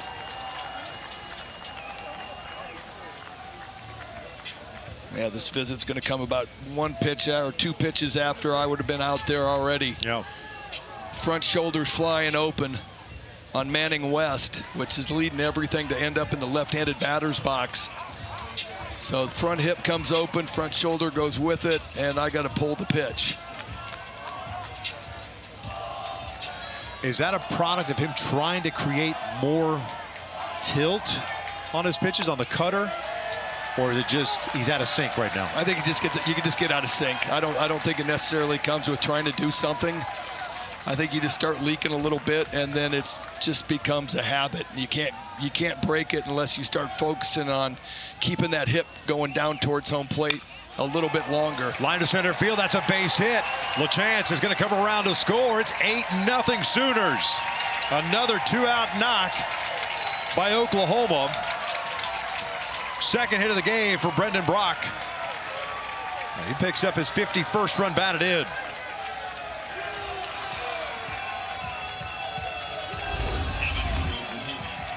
It's just so hard to get behind in the count against these veteran hitters. And another cut fastball, a little bit elevated out over.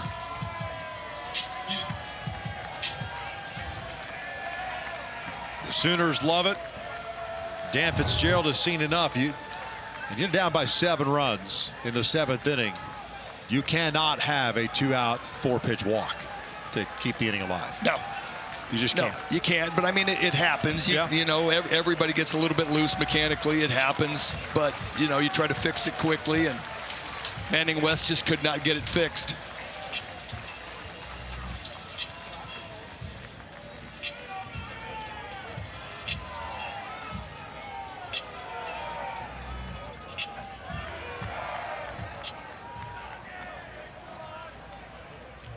Now pitching for the Jayhawks, senior right-hander number 17, Carter Fink.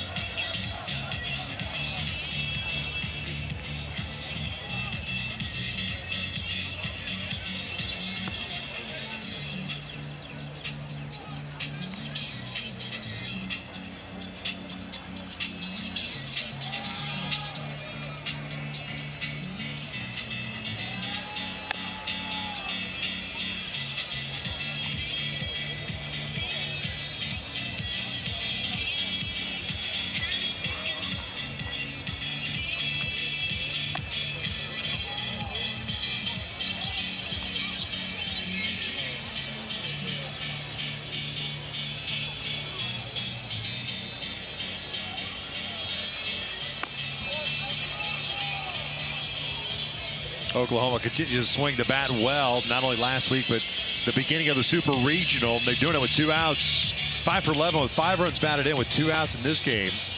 And they lead at 8-0 here in the 7th. And still batting, the 2 men on and 2 outs as Carter Fink takes over on the bump. This will be his 17th appearance. 1-1 with a 5.40 ERA for the Georgia native. Fastball is going to be 88-90. Slider, changeup. Mainly fastball, changeups to the lefties. And a pretty good mix of fastball, slider, changeups to the righties.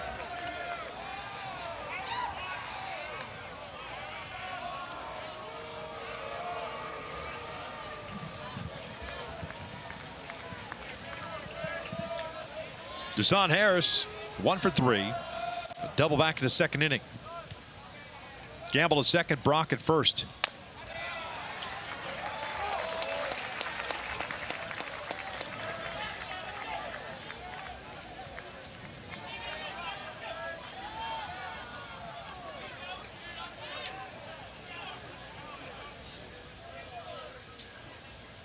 0-1.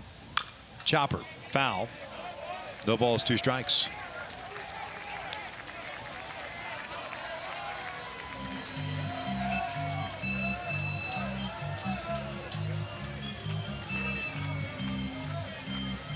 Double for Harris back in the 2nd inning, his 8th of the year. The RBI picked up on the fielder's choice, his 20th. Ground ball, that's down the line. That is just foul. Wow.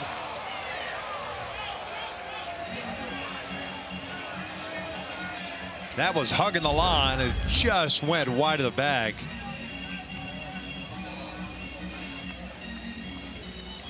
No breaking ball down and in. Just got over that green bag.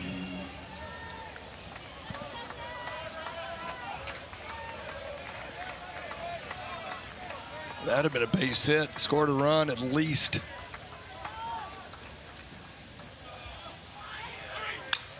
Fouled off. Count remains at no balls, 2 strikes.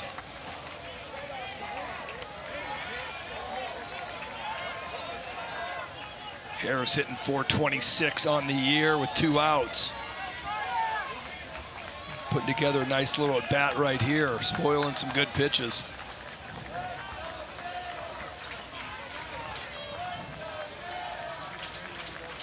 Another 0-2 from Fink. This popped up on the first base side, headed toward the seats and out of play.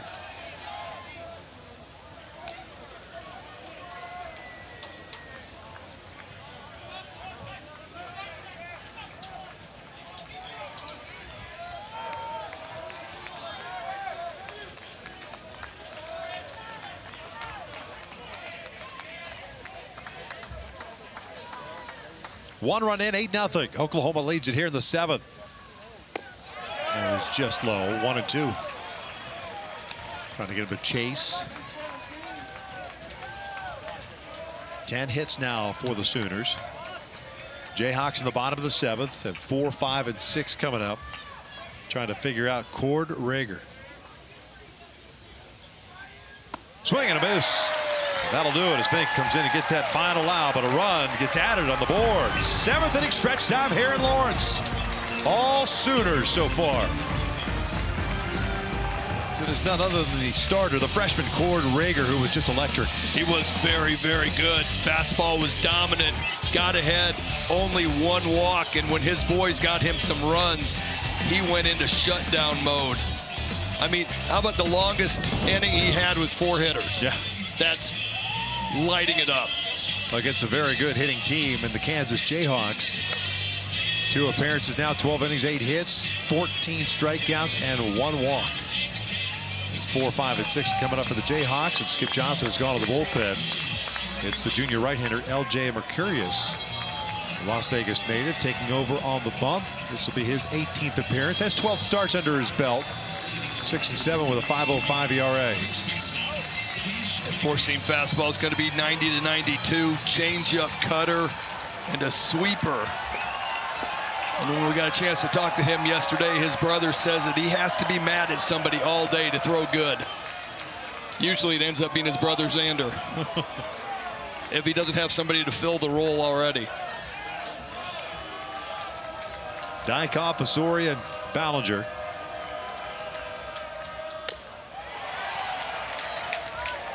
No balls at 2 strikes. 2 saves in the Atlanta Regional. Man.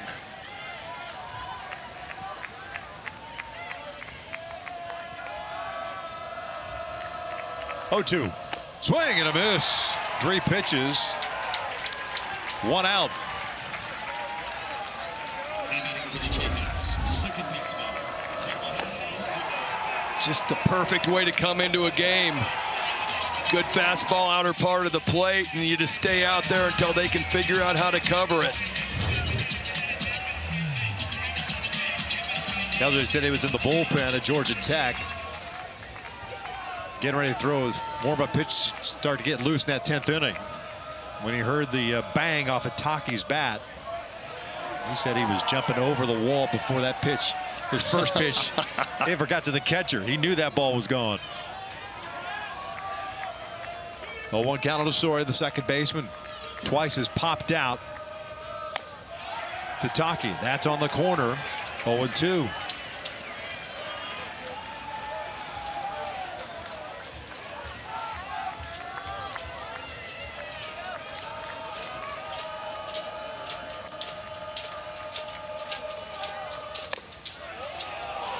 That didn't miss by much. 1 ball, 2 strikes. That's a guy who's feeling it right here. He just steps up with the fastball and is like, all right, you know what? Let's go man on man, best on best. Went off speed there. Evens the count at 2 balls and 2 strikes. Sawyer had a great season last year. Second team, all Big 12. A lot of expectations this year. Never really materialized up until the last couple of weeks. Line to second, but right to Kyle Branch, who was positioned perfectly. 2 outs. The UFL playoffs are here. DC Defenders take on the Orlando Storm this Sunday at 3 p.m. Eastern. Watch it on ABC and stream the game live on the ESPN app.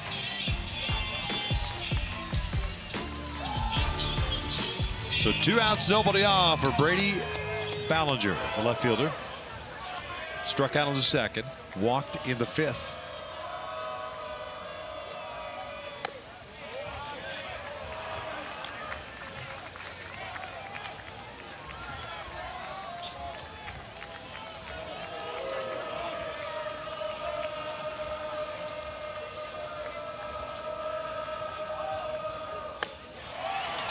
One on one.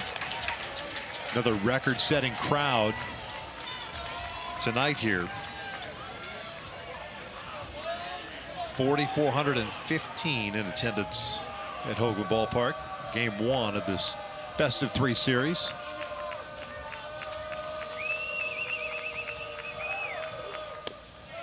Two and one. That's been all Oklahoma. 4 in the 4th, 3 in the 5th, 1 in the 7th. There's the new record set.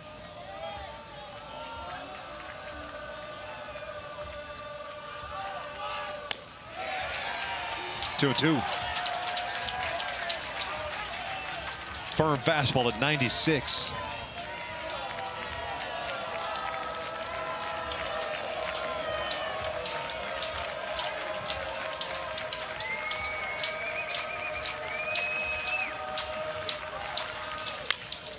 Ballinger hits this one to second. Branch has got it.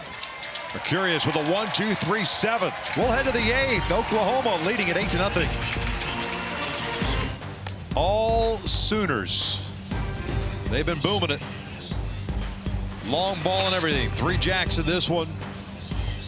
Leading at 8-0 as we start the 8th. Here's our side of the bracket. Alabama and St. John's will get underway after our game.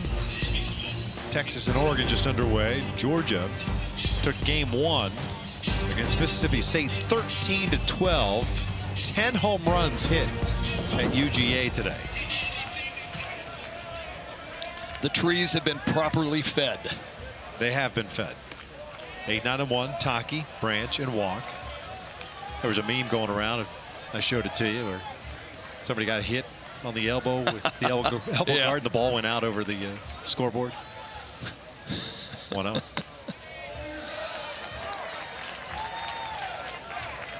Launching pad, would that be fair to say? That would be fair to say.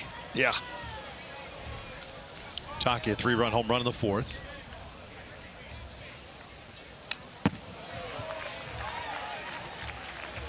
But you're feeling pretty good about yourself, though, if you go out there and you get people out. Yeah. Heck yeah.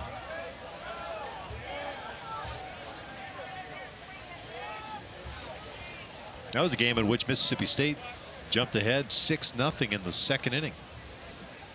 But no lead is safe there. A little tapper foul. Count remains at 1-2 strikes.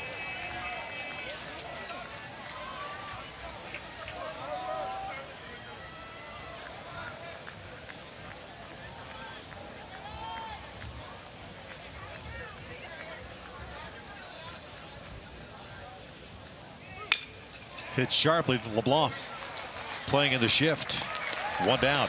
going to give you two names that come to mind when I see Taki swinging the bat. All right. First of all, physically and even facially reminds me of Sean Casey. Yeah. And then when he swings the bat, for some reason, I see Adam Dunn for whatever reason. I could see that. The big donkey himself. But doesn't he look like Sean Casey? Kind of the way he walks, too. Yeah, I got somebody else in mind, and I cannot come up with it.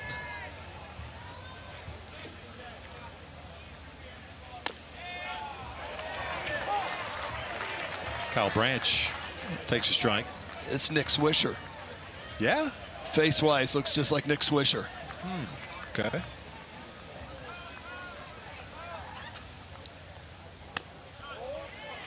I think I like my suggestion a little bit better. But okay. I'm appreciative of you chiming in. Well, I figure I could participate a little bit, you know. 100%. It's your show, man.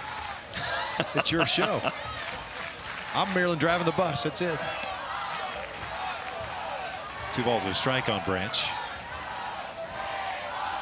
Kyle's brother, Colby, by the way, 1 for 4 in that UGA win today. Kyle 0 for 3. A couple of ground outs and a fly ball to left. 3-1.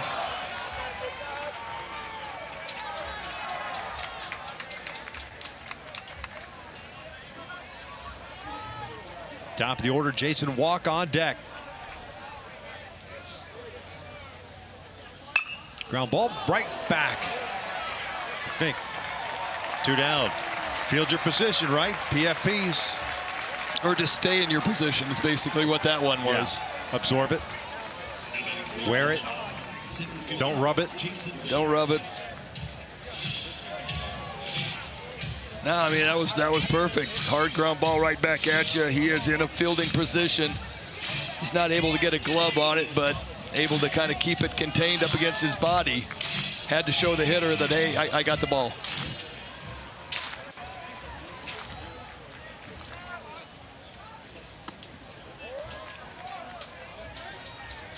Walk 1 for 4, doubled and scored in the 5th.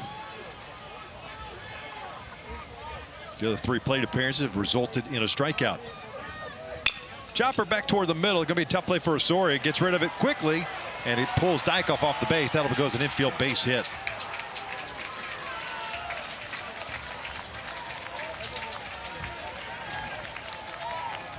That would have been interesting if Dariel's throw would have been on the bag. That would have been impressive. He got rid of it pretty quickly. I mean, yeah. Right off the bat, and the way he was taking an angle to it, I was like, there's no shot at getting Jason Walk. And he got it off quickly, did everything he could. That'll be an infield single.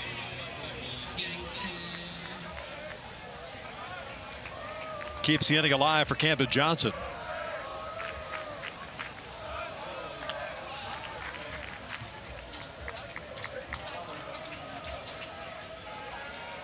That infield knock for Jason, not his, but the Sooners' 11th hit of this game. 6 of them with 2 outs.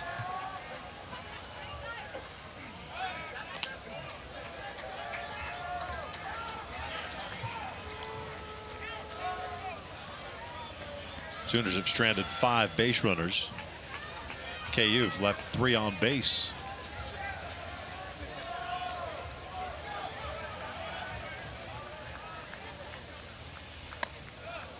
One ball, no strikes. Kansas has not had a man get to second base.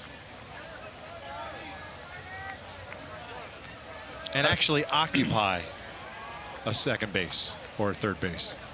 Because they did have a guy get to second, but got thrown out at third on the single. But yeah, somebody actually touched second base. Yeah, he physically touched second base.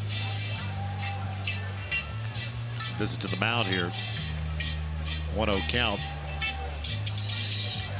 And what could have been, just going back and replaying now for Kansas, and you know, you got to have a short memory in a short series. You just got to put it past you. But that ground ball to Tyson LeBlanc, usually fairly sure-handed, with runners at first and second. The ball that Brendan Brock hit, the 4th, that at the very least would have had the lead runner at second base, even if you don't turn a double play, but now you got 2 outs. Changes the dynamic of the, perhaps of the inning. Well, now you got first and third, 2 outs, and the next guy ground ball to second base, inning's over. Yep. Instead, ground ball to second base, scores a run, not able to get the double play, and then Taki comes up after that.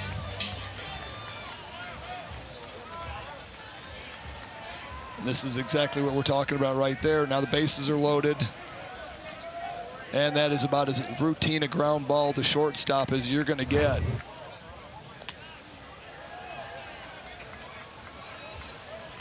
I know infielders in today's game are taught to play the one hand and go get it.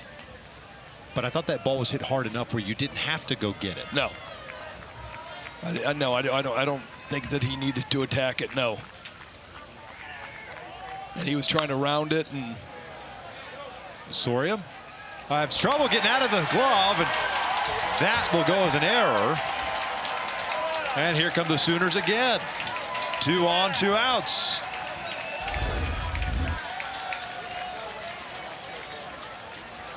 I mean, he just can't get the ball out of his glove. He knows he's got to be quick with it. Great job by Jason Walk to get to second base in front of him in a hurry and take away that quick, easy force out at second base. Camden Johnson flying down the line. Second error of the game for Kansas. So Soria is 6th of the year.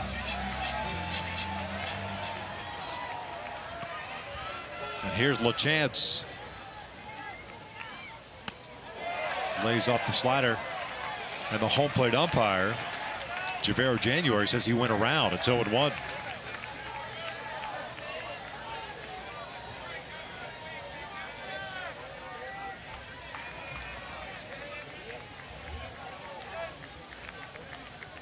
Good speed on the bases for the Sooners. Foul back. No balls, 2 strikes. Walk at second and Johnson at first.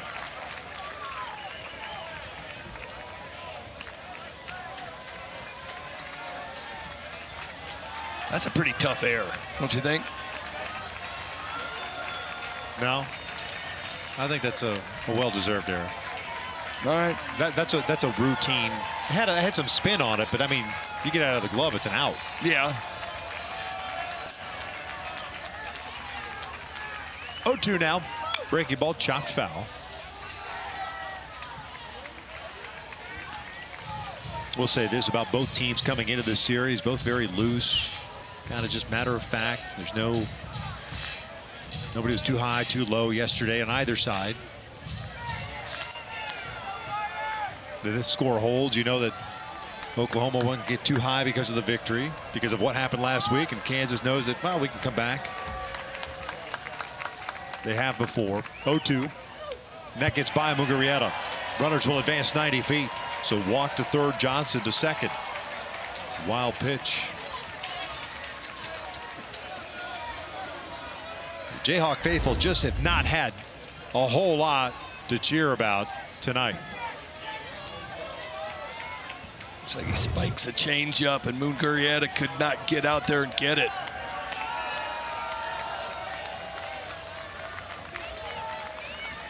Just feel like, man, you know what? If you got any chance whatsoever, you got to get this guy out. Here's the 1-2. Lays off the breaking ball. 2 balls, 2 strikes.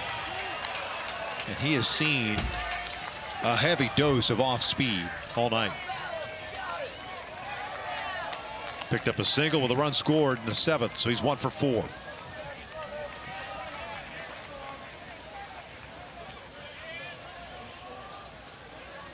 Two. Tap a foul. Yeah, there you go, another changeup. So it's been slider, changeup this whole at bat. See if Carter Frick can find a way to come up with a fastball. He throws a sinker, so it's going to have to be bottom of the zone.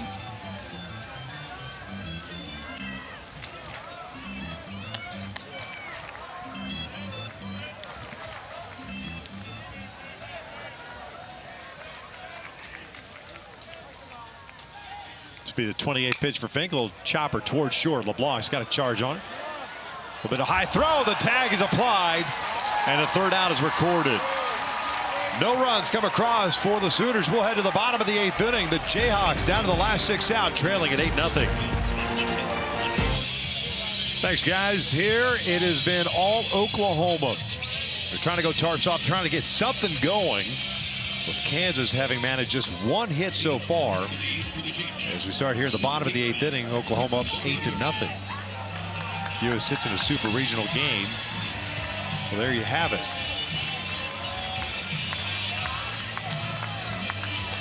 Kuma Rockers no against Duke in 2019. KU just 1 hit. That was a first inning single. That is out toward left field. Not very deep as he got jammed on it. Brock puts it away. And Schlotterback is retired for out number 1. That's 9. Check that. 10 straight batters retired since the leadoff walk to Ballinger in the 5th. Well, I mean, Schlotterbeck has seen 3 pitches. He is over 3 on 3 pitches. The game's changed in that regard. The score, dare I say, be damned.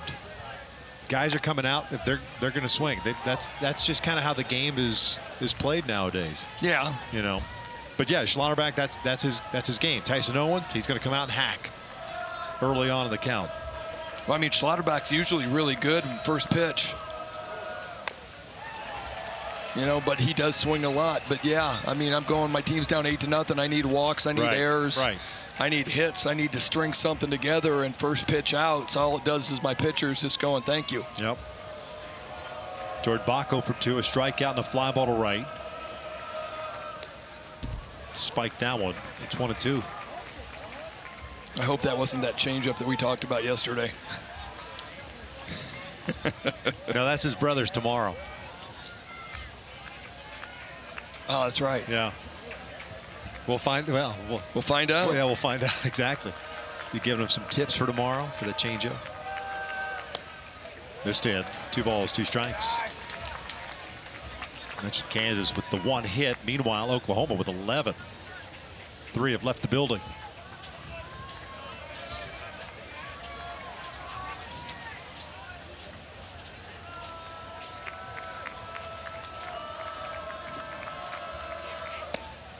Full count.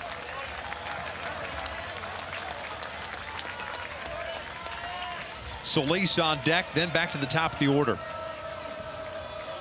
Well, if you're Oklahoma, man, you do not want to get Kansas any momentum going on, even if it's 8-2 or 8-3 at the end of the game. You want this offense to stay stagnant and dead. And then on the opposite side, if you're Kansas, you try to string something together, try to get something that you can build on for tomorrow. And I'm not saying they can't overcome an 8-run deficit. It's just unlikely with 1 hit. That is driven out to deep right field, a no-doubter. Kansas is on the board. Jordan Bach with his 8th big fly of the season. It's 8-1 Oklahoma.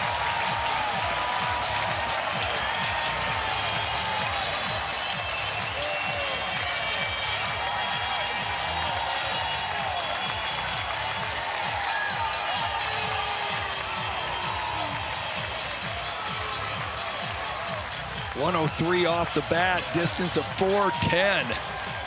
3-2. Curious is very predictable in these counts. He's pounding fastballs, and that's all he's done since he came in. Jordan Bach just hammers it.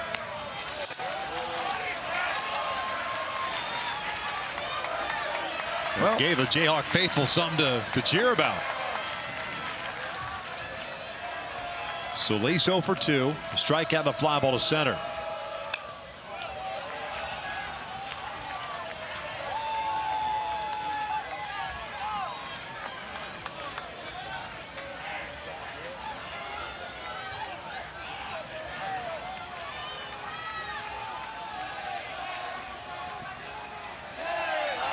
One. A little bit high. 2 balls and a strike.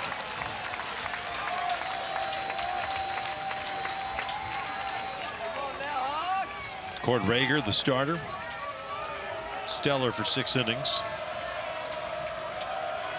6 strikeouts and a walk, 1 hit allowed. This is a little check swing foul. 2-2. Curious had a 1-2-3 7th. Has given up the 1-out home run. There's Rager.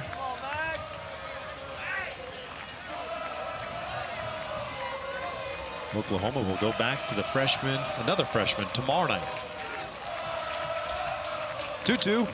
Solis takes a called strike 3. And the Jayhawk fans are not happy about it. They thought that pitch was down. 2 outs. Well, pretty good location from here. Looks like a little cut fastball catches the outside part of the plate.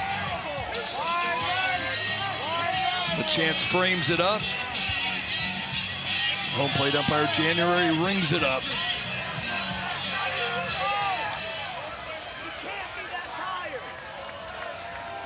Tyson LeBlanc, the shortstop. Quiet night so far, 0 for 3. Takes the fastball for a strike.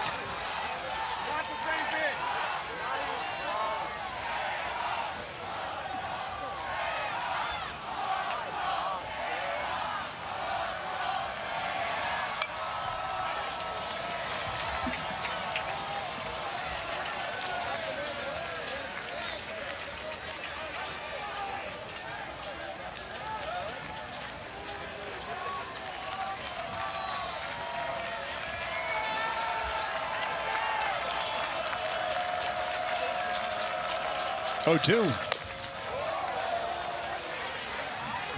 little bit high. 1 ball, 2 strikes. Wow, just went right at him.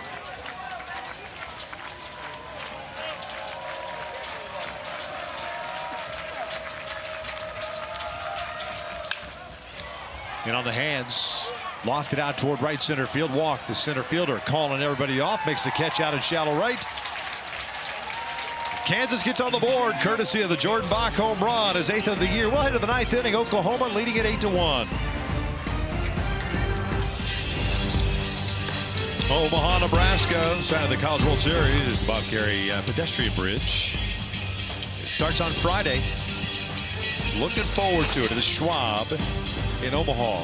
Headlines today: Georgia winning game 1 against Mississippi State, a slugfest. That was a heavyweight battle. UNC ties the series.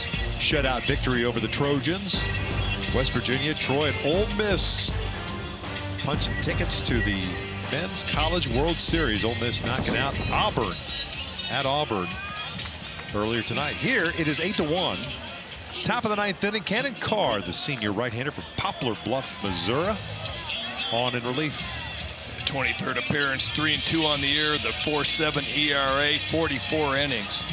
Fastball 92-95, slider, curveball, changeup. Just about a 60% strike rate.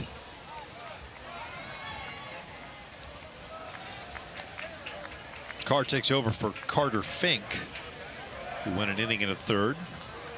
1 strikeout. Here it's Willits, Gamble, Brock for Oklahoma. Looking to add insurance here in the 9th. Jackson Willits, a shortstop, 1 for 4, singled and scored in the 4-run 4th inning.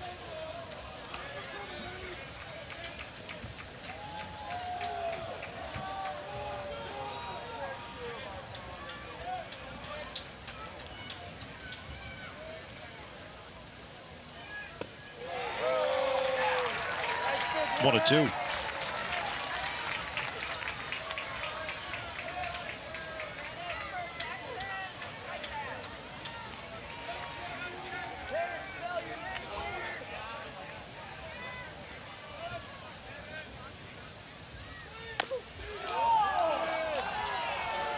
Two balls, 2 strikes. Didn't miss by much.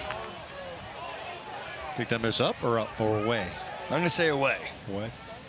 I'm throwing that big, nice 12-6 hook that he just showed.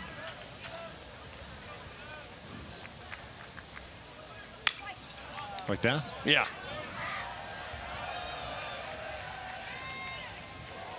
Yours wasn't too bad. Thank you. Yeah. That was pretty filthy. I like listening to you and Skip Johnson talking about teaching the breaking ball and how he was using for a long time, something that you talked about. Yeah. It's yeah, awesome. Using a tennis can or a Coke can or something just to learn how to see the spin coming out of the hand. Actually, I like the two baseballs taped together. Is a good drill.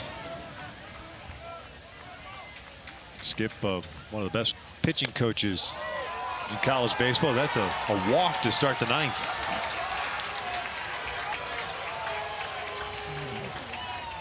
A bunch of pretty close. But the zone has been pretty solid. I don't think I have any complaints with it. You? No. He's been consistent on both sides. There's Skip Johnson in his 9th season. So I mentioned a long-time coach under Augie Garrido, Texas. Breaking ball in the dirt. Boy, the last thing Carr wants to do is start flirting with base runners and traffic. Here in the 9th inning, down by 7. Now your offense finally just got on the board. You want to get back up there, get your guys back in the dugout and give them another shot.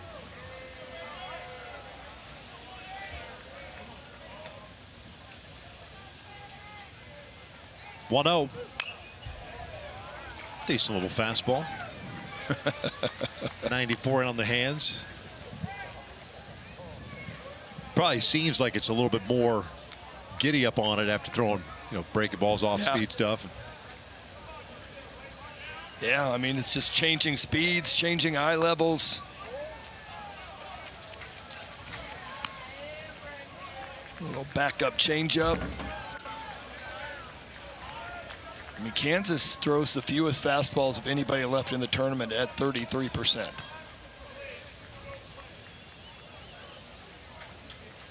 Yeah, they are by definition a team that pitches, or likes to pitch backwards. Yeah. Another 3-ball count. This one 3-1.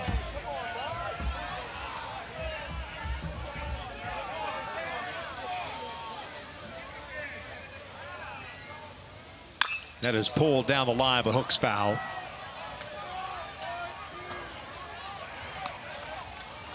Gamble a 2-hit game. On board 3 times. Single, home run, and a walk. 2 for 3 overall.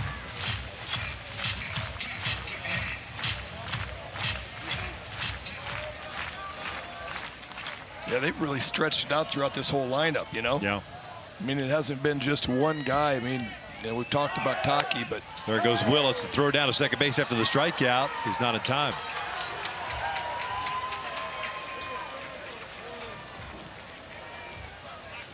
Kind of a slow developing tag by Schlotterbeck at second base.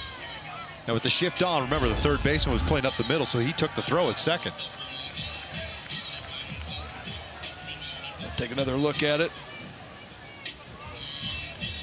Yeah, he catches it way out front. Yeah, I mean, like he's feeling the ball or something, Usually they they teach you to let the ball get deep and not go up there and catch it in front, and then you got to drag it back when the ball's already moving that direction and moving a lot faster than your hands are going to be able to move. Yeah, almost as if he had given up. Like he saw the jump that Willits had, didn't have a play, so he just figured he would catch the ball. Willits picks up his 6th stolen base of the year.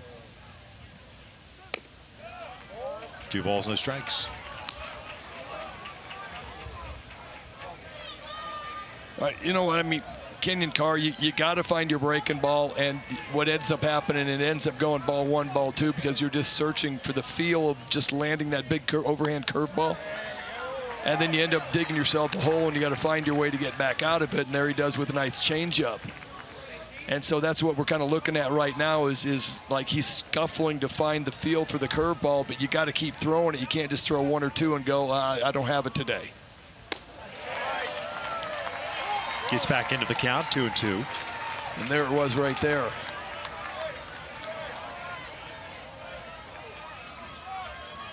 Brendan Brock is 2 for 3, a couple of singles and a walk. 2-2.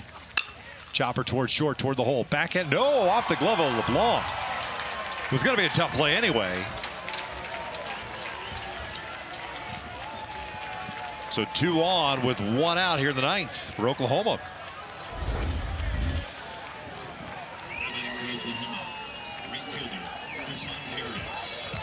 I'm just wondering if he's thinking he's got a shot to go to third base and he's getting ready to make that move, but he just doesn't pick up the ball. It just, you know, it's just been a rough day. Second error on the day for him.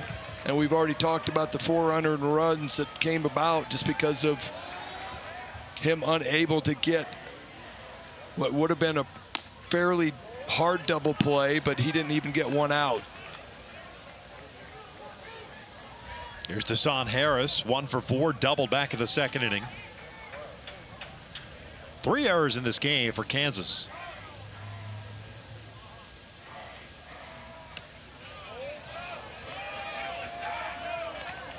Two balls, no strikes. I feel like I've said that quite a bit this inning. 2 balls, no strikes.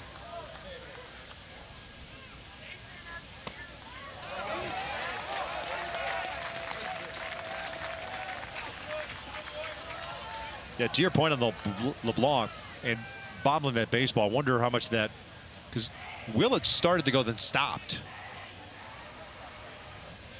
Wonder if that impacts it, you know, peripherally seeing that happening out of his left eye. Like that, you know, okay, if he's going to give me the easy out, I got that, and then all of a sudden he stops, and he probably, I don't know. I can't say that affected him or not. But I feel like that was going to be his only play, was going to be get the lead runner. Oh, they got Willett picked off, out at second base. The inside move. 2 down.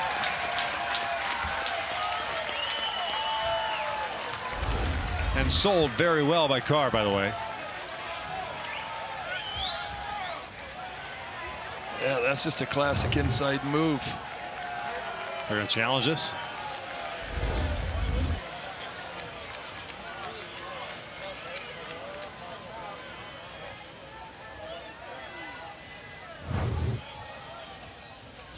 Yeah, they are going to challenge it. Call on the field is out. And Willett's, I mean, he just jogged off. Yeah. You know, it's not as if he was asking for them to challenge it. Clint Fagan, the second place umpire, was right there.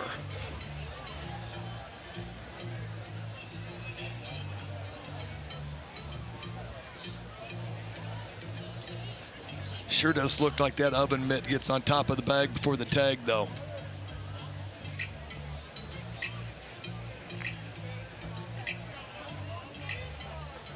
Yeah, that's one of those, to me, if they talk about the definitive shot to overturn it, you can assume that the oven mitt got there ahead of the tag, right?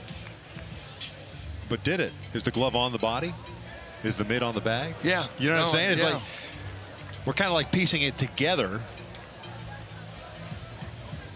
It's probably your best angle, but again, here you lose the glove. Is it touching the body there? You don't know. Well, I agree with you. Yeah. I mean, it's got to be conclusive. Right. To overturn and call on the field is out. Now I'm looking at it logically, and I know in today's world that doesn't make a whole lot of sense. But No, that's being how logical? Yeah, that I know. My bad. But that's how I'm approaching this. But they're looking back at it in Pittsburgh at the replay center, the NCAA replay center.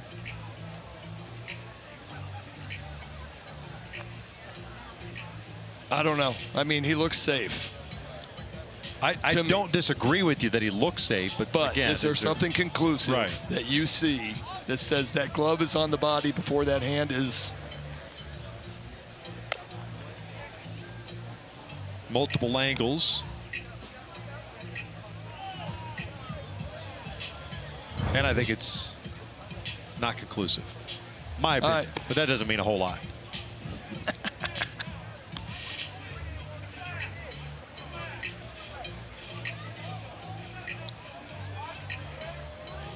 Long look at it. Still waiting to get a decision. The call on the field is out. And Jackson Willits, the base runner, just jogged off the base. headed to the dugout, and then they decided to challenge it. Well, I'm sure he'd rather not be picked off second base in the 9th inning. Sure. Looks like the headsets are coming off, and we have ourselves a decision.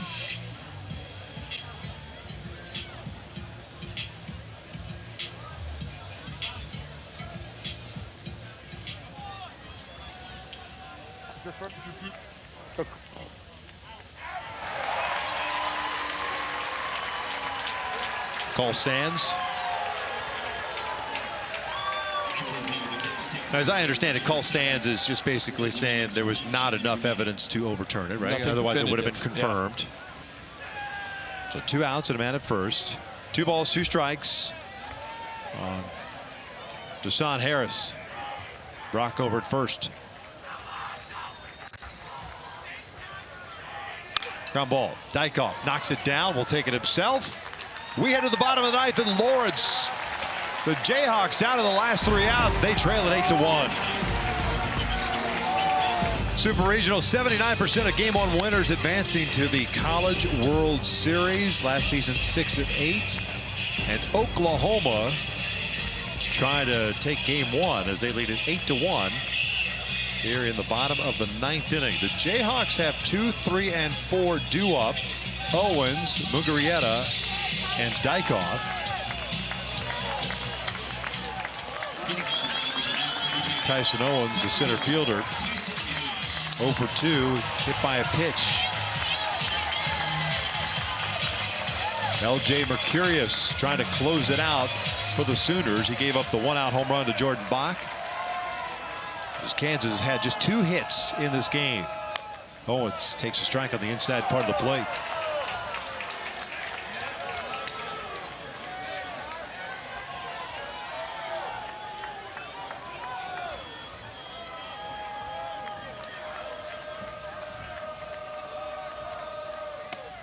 No balls, 2 strikes.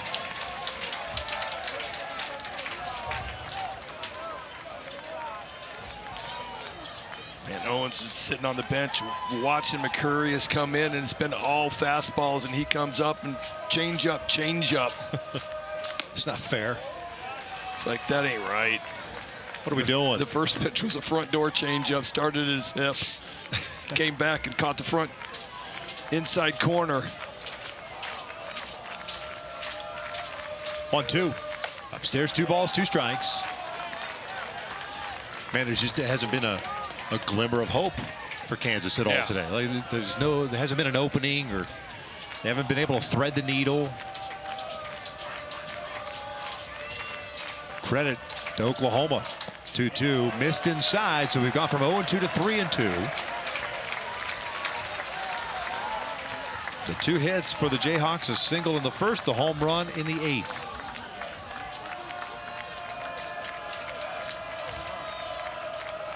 Four total base runners. Here's the payoff. Fell back. Got the fastball. 93 miles per hour.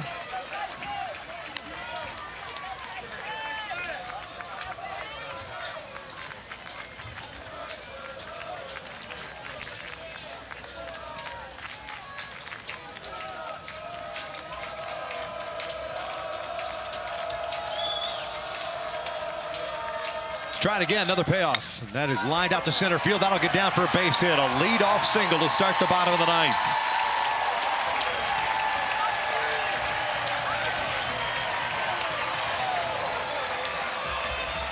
Just the second time in this game that Kansas has had their leadoff man reach. The other was Ballinger with a walk in the 5th and ultimately stranded at first base. I mean, that's how dominant Oklahoma's pitching has been. That one, I just feel like Mercurius came back to that changeup too often. You're throwing 93, 94, 95 in the first 2 pitches of the at-bat. You're showing the hitter exactly how you want to get him out. Mugarieta looks at a strike at the knees. Jayhawk catcher 1 for 3.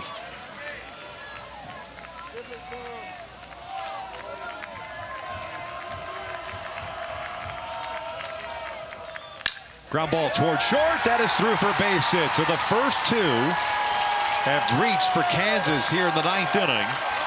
And it is the first time tonight that the Jayhawks have had a man get to second base. Just a little spark, a little something to get this crowd into it, to get this offense involved. I mean, it's going to be tough sledding to come back from an 8-1 deficit, but perfect start right here. You're just trying to build something positive moving into tomorrow. Like, hey, all right, we got the bats rolling.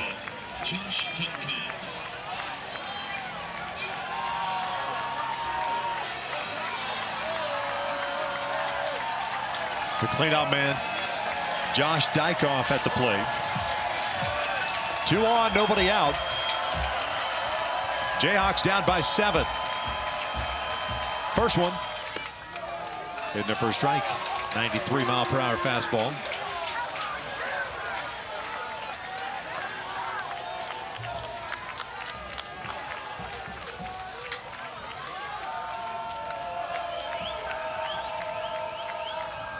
Oh, 1. Good hack.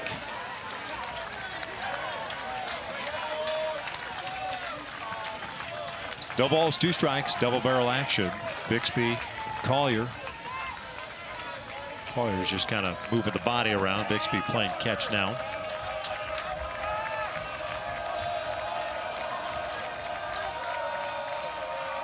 Oh, 2.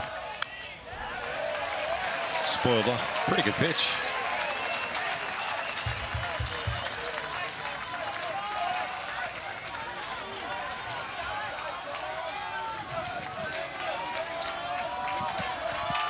.16 home runs on the season for Dykoff. Osorio on deck. Back-to-back singles to start the ninth. The swing and a miss. Got him on the off-speed pitch. 1 down. A tough night for Josh Dykoff. 4 strikeouts.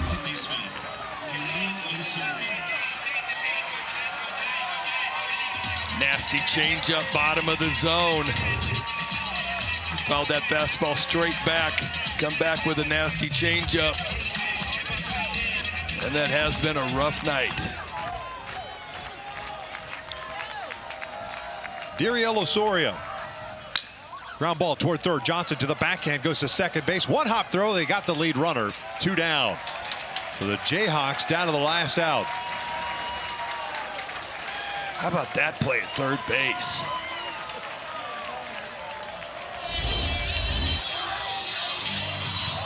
Camden Johnson plays the ball back a little bit, spikes the throw on purpose to get there a little bit quicker, knowing that he can control that ball. Well, that was a heck of a play. No doubt.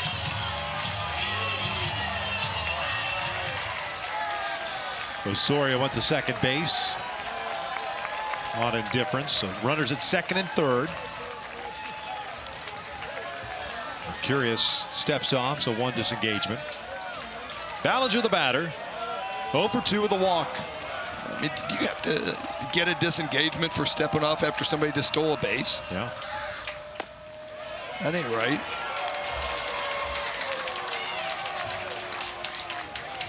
No balls at a strike. I don't make the rules. I'm just telling you. I just recite them. I mean, a play happened. Yeah. But he never disengaged off the rubber. That's a ground ball to second base. Should do it. On to first. Oklahoma takes game 1 here in Lawrence by the final of 8-1.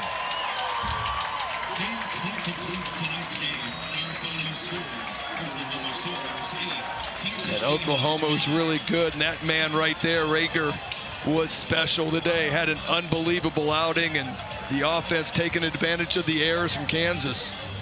Oklahoma, a big win, 8-1, using the long ball in this one. 3 home runs as they take the opener of this 3-game set.